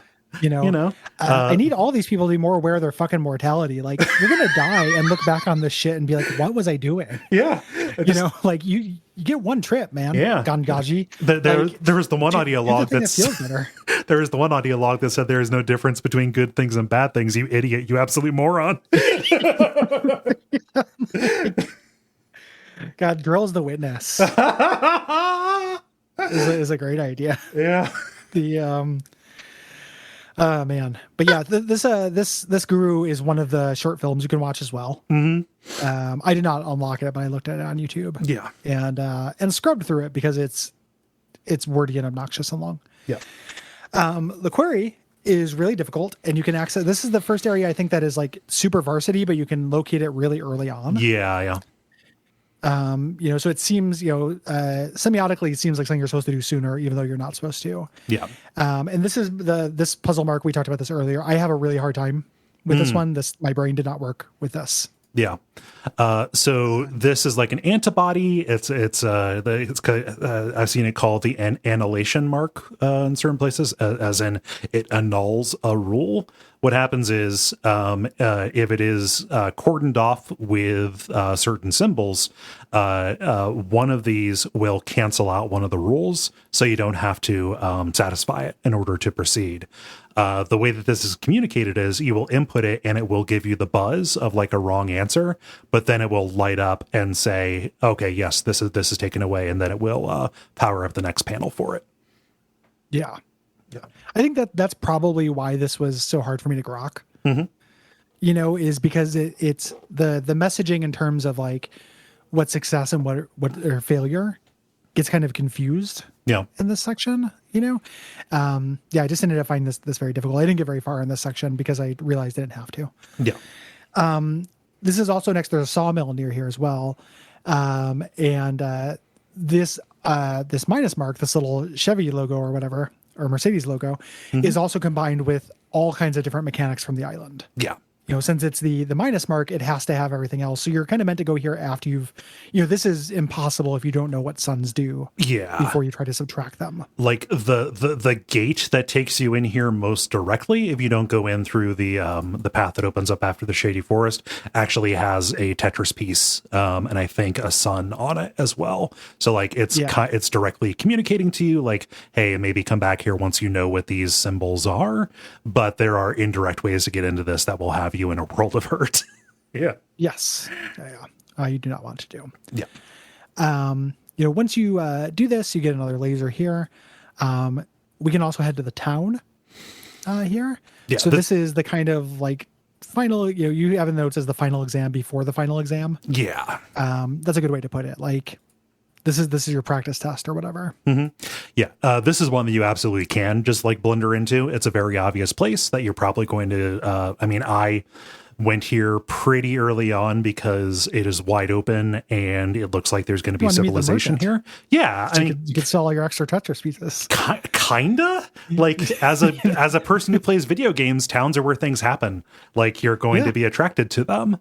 But then you're going to see a bunch of symbols that you haven't seen before. I'm not going to go into detail on all of this because it has a number of different buildings that has mixtures of mechanics from other areas on the island, and often mixing in standing in the correct place to draw the line.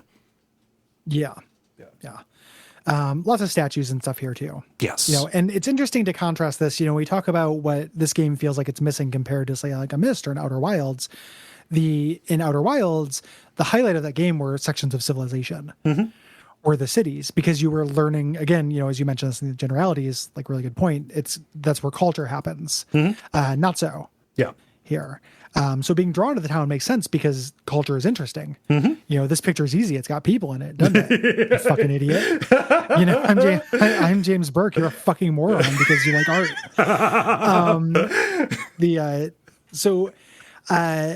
We should talk about that. We should talk about the theater. There's this windmill that we can head down, and this is where we can put in our secret codes to watch movies that Jonathan Blow likes. The first one, the James Burke one that made me drop my iPad in disgust. There is a lecture by Richard Feynman, who has a really fun New York guy accent. Yep. Little bit less execrable to me. You get the ending of Tarkovsky's Nostalgia, which is in and of itself an incredibly imposing work that is intentionally confusing, and why he excerpted the ending, I have no idea. The theory that I've read, so the clip is a guy trying to keep a candle lit while walking through a church. And light it on one side and deliver it to the other one. And it takes him a bunch of tries, and he thinks about cheating and all this stuff. And I think it's just supposed to mirror the struggle of the puzzle. Yeah. And that's, I think it's as simple as that. I don't think there's more to it than that. Yeah. It's long. Wait, something by Tarkovsky is long? It's well shot and everything. But like, there is a thing where like even the prescriptiveness of this is off-putting to me, where like I could see somebody being like, putting this on and being like, okay, I'm going to watch this movie. Like, I'm going to enjoy this. The idea of I got this secret in a video game and my reward is to watch this clip of a movie feels worse to me. Yeah. Agreed. And then in addition to asking Brian Moriarty about Loom, you can also ask him about Secret Psalm 46. Yeah. An hour-long lecture that you watch over an Eclipse. That has a puzzle involved in it. Like, you can do environmental things in this as well. There are a couple of these puzzles that are on the screens in the films, which is cool. Yeah. And there's one of them here where this is the Jonathan Blow trademark, hey, wait an hour. Yeah. Braid thing. For this. Yeah. I think that's the one that you get by doing the challenge at the end. That pattern is unlocked there. It's not numerically the last one. The last one is a lecture by Gangaji, which I don't necessarily have time for. Yeah, I'd never heard of Gangaji. Gangaji awareness went up like 10,000% when this game came out, I'm sure. I'm sure, yeah. Kids can't get enough of that Gangaji. Once you have enough lasers done, you can climb up to the mountain. And there are a bunch of statues up here. This is a high concentration of statues. And there's a voice recorder up here with this very long speech kind of about perspective, seeing the world from a new perspective once you've been in space. Yes. Again, really hammering that perspective. Yeah. It's related, I think, to the pale blue dot kind of, it feels very similar to that. There is a panel on one side that does not seem to do anything. It's a blue panel with kind of like a zigzag on it. But it overlooks and exactly matches the shape of a river below. This is the first explicit hint of the environmental puzzles, if you have not seen it. And, putting that up here makes sense, especially as you're listening to, seeing things in the perspective. It feels like kind of the intersection of the text of the game and the mechanic, which is a good moment, and I'm sure lines up and sings for a good number of people. Yeah. Like who find this more philosophically like resonant emotionally. Yes. If you've done 7 lasers, the latches on this box that's being carried by one of the statues open up and allow you to drag a line along it, revealing this black and white separation puzzle under the statues. You have to solve this 3 different ways by looking at the statues from different angles. The statues will stand in a way, and you have to stand in very particular angles to get around their legs and their feet and their arms and stuff to get down beneath. Yes. And what they are standing on top of is the pathway down into the mountain itself, kind of a spiral staircase that goes around a pillar of garbage. So fans of the gutter from Dark Souls 2 are going to be in hog heaven here. See if you find the secret Heineken bottle in this pillar of garbage. Yeah. And this takes you into kind of the final challenge area, the end here. And there are screens that show some areas from around the game worked into the junk. And you go deeper into the mountain where you get into basically a portal test chamber. Yeah. The first thing there where it's explicitly artificial. Yeah. We are in a test chamber. We're in a VR simulation to cause enlightenment or whatever. Yeah. To cause the touchless effect. But this is where it's becomes very obvious. Yeah. The first time we are literally creating light bridges. Yes. Like Portal. Using a panel to get across. So a little Portal shout out there. You reach a workshop where we get to see some of the puzzle, where some of the puzzles have been designed. Yeah. Here, this kind of behind the scenes section. Yeah. There's a streak of panels that have metal debris blocking certain paths.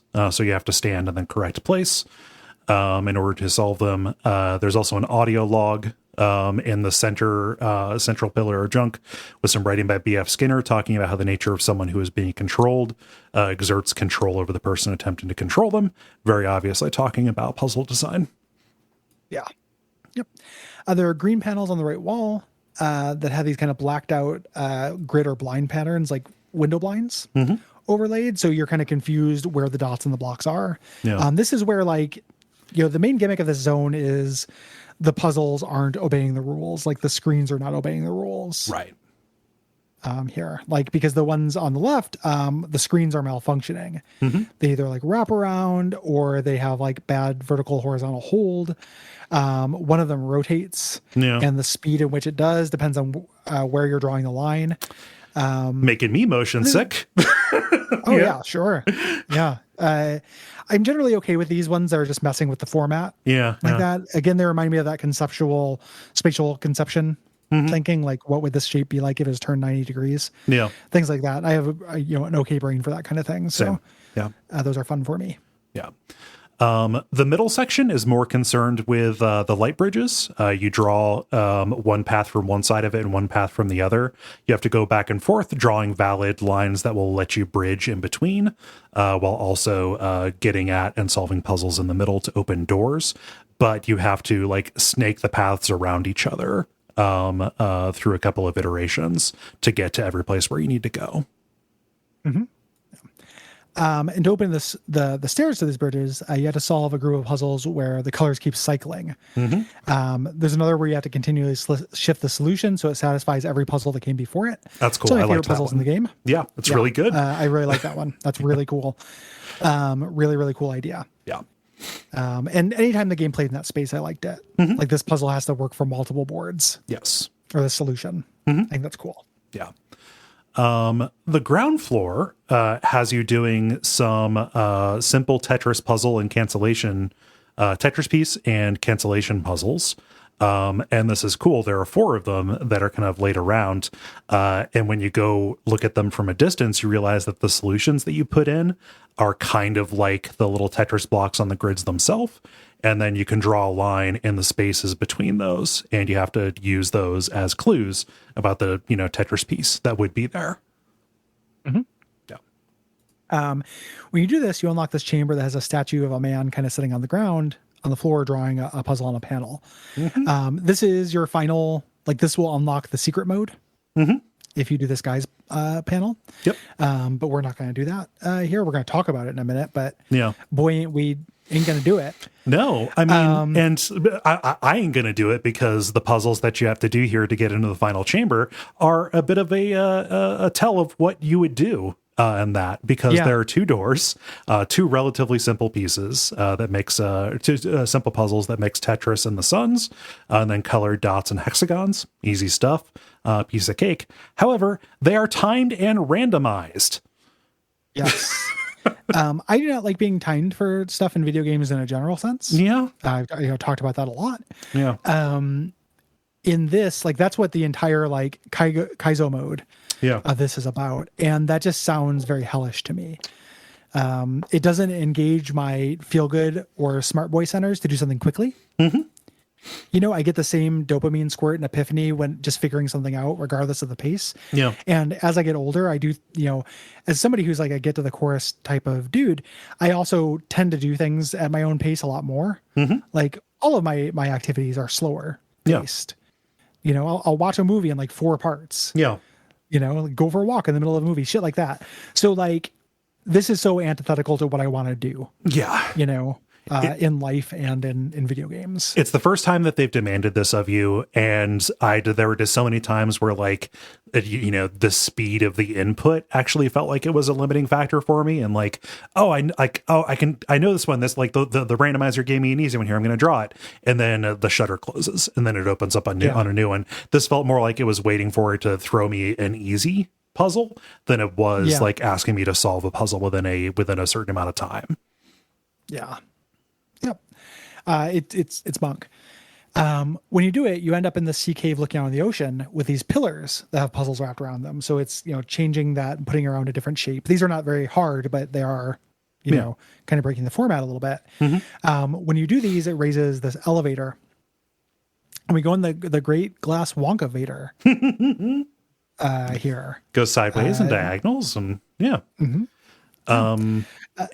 Go ahead. Or when you're doing this, multiple voices say a star at dawn as you're lifted up along this mountain. And as the arches of the mountain intersect with the filigree on the elevator door, the filigree on the door disappears. Mm-hmm. And they say a bubble in the stream. Yeah. A stream. This is part of a very specific Buddhist cone. Yeah. Yeah. I want to say. It's talking about how things are temporary. Yeah. Yeah. I was not specifically familiar with that one, but I know it's a reference to that. Yeah. Yeah. So, and this is slowly flying you over the entire island, as the rest of this, koan, is said to you. And as, you go along, more pieces of the elevator are kind of canceled out by geometry that you pass, and the lasers are powered down, until it is just you flying through space. You know, a flash of lightning in a summer cloud, a flickering lamp, a phantom, and a dream. And you are flown back to the beginning of the game. The gate recloses behind you and you end where you began, in that tunnel in the bunker. Yeah.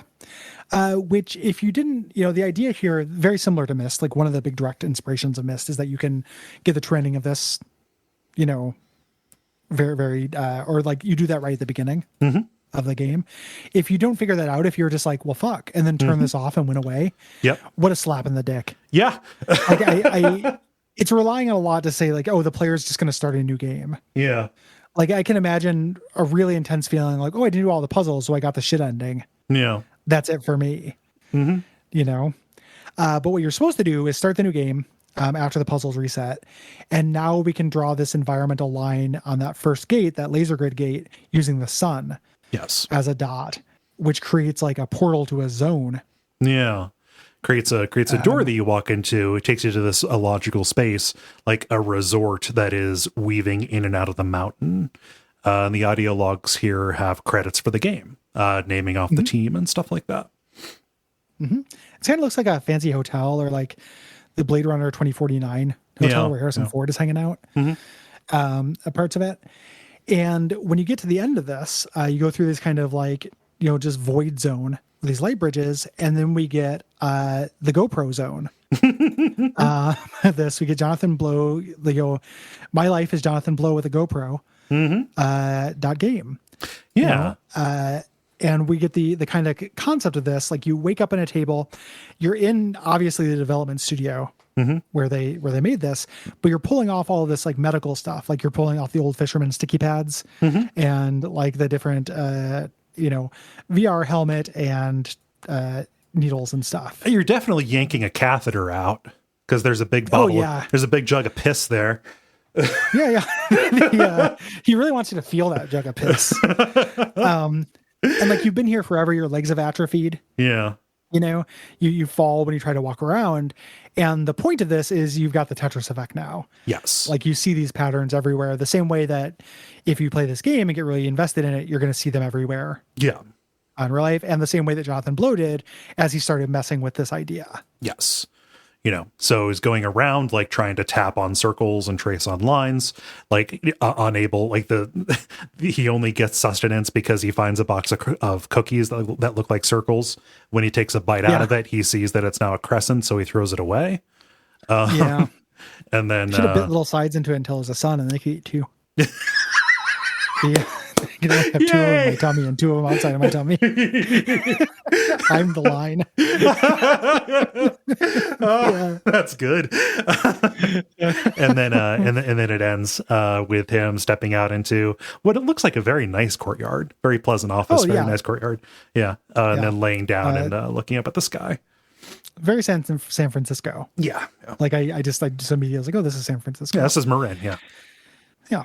That's the ending. The challenge zone that you can go into, in the caves beneath the mountain there. These are all randomized puzzles. You have to do a gauntlet of difficult randomized puzzles while in the Hall of the Mountain King plays. And you have the song is the timer. Yep. So when the song ends, you have to stop. You have to stop and go back to the beginning, solve all the puzzles again. Yep. You couldn't pay me to do that. Nope. So yeah. And Simon kind of did. But I still did not. And that's The Witness, a game that is like, does undeniably neat things and still leaves me feeling put off and disrespected and like bad.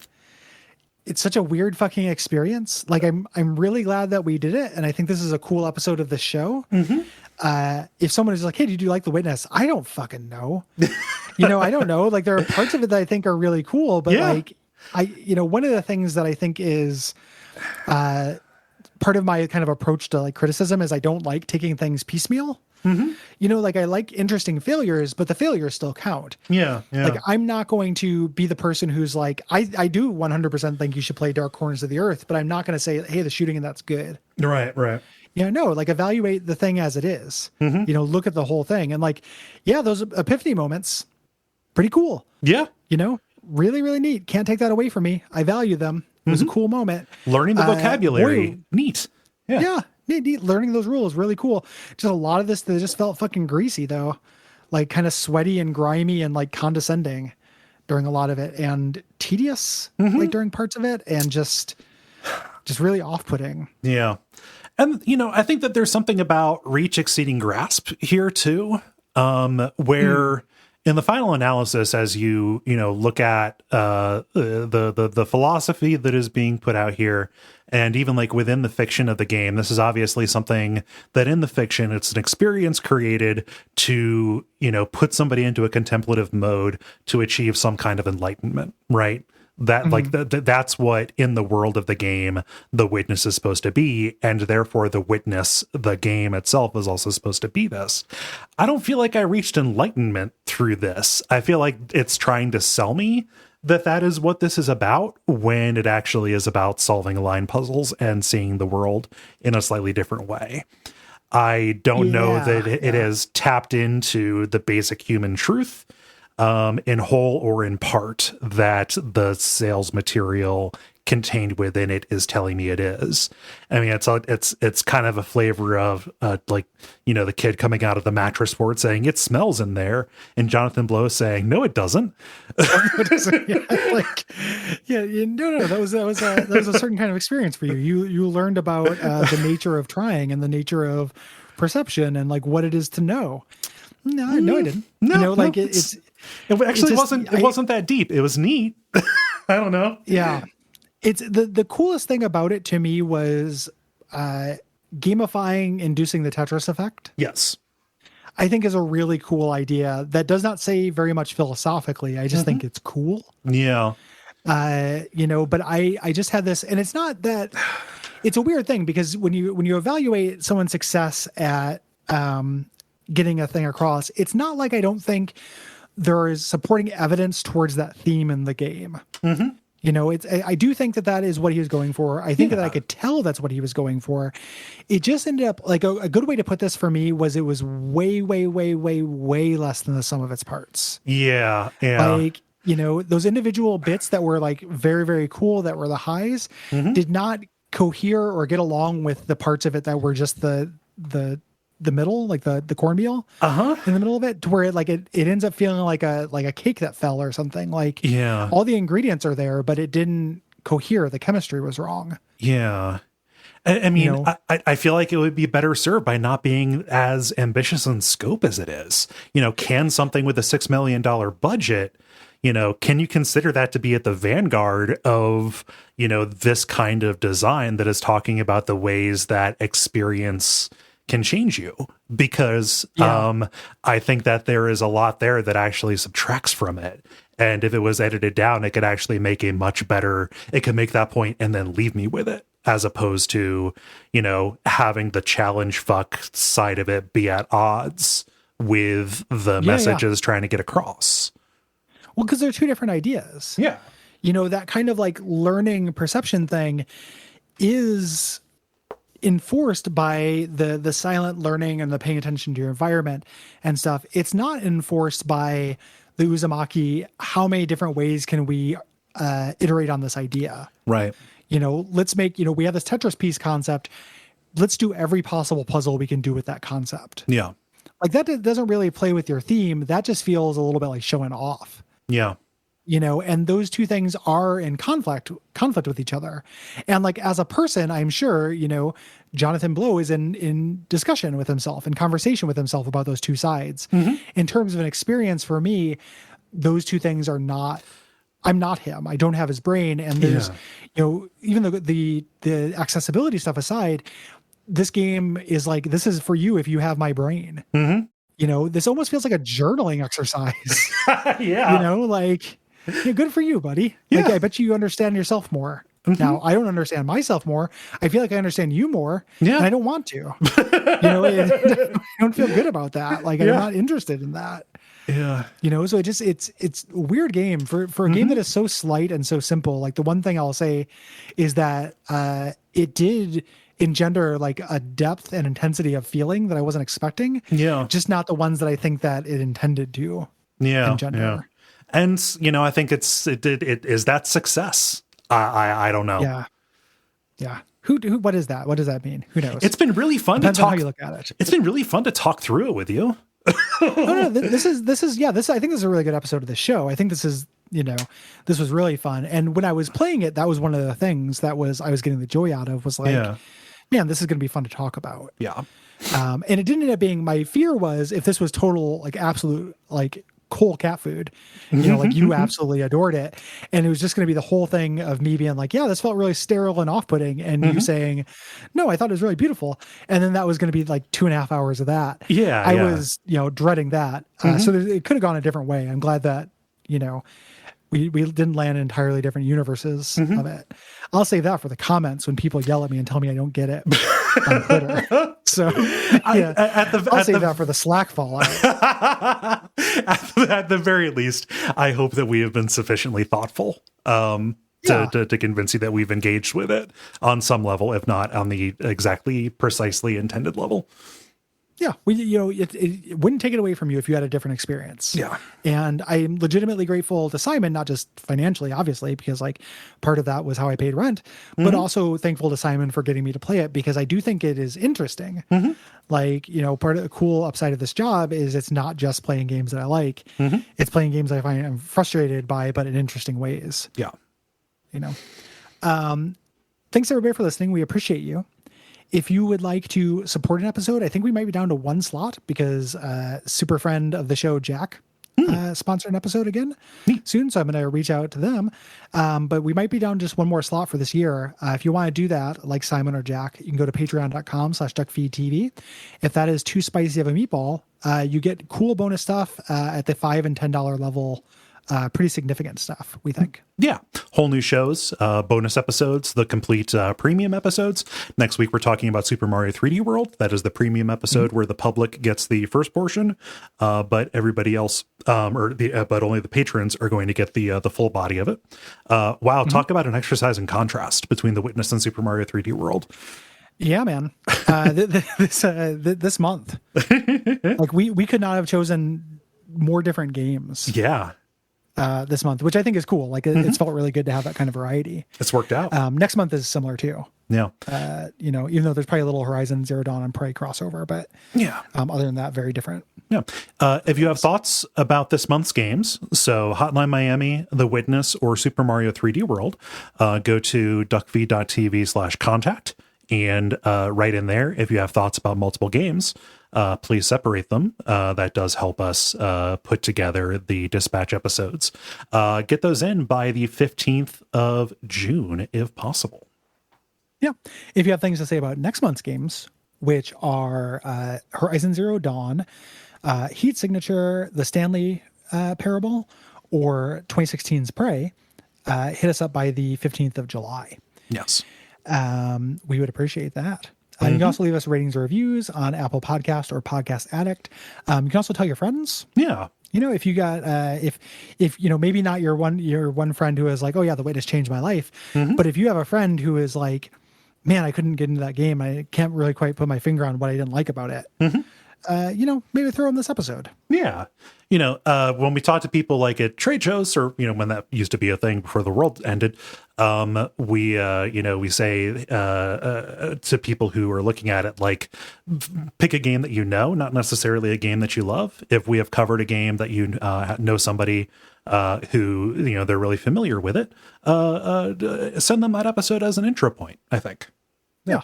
Yeah. The end point being we're not cheerleaders for things. Like, yes, we evaluate. So if you like it, we might not, and vice versa. Yeah. And I think that's about it. Until next time, what should they watch out for, Cole?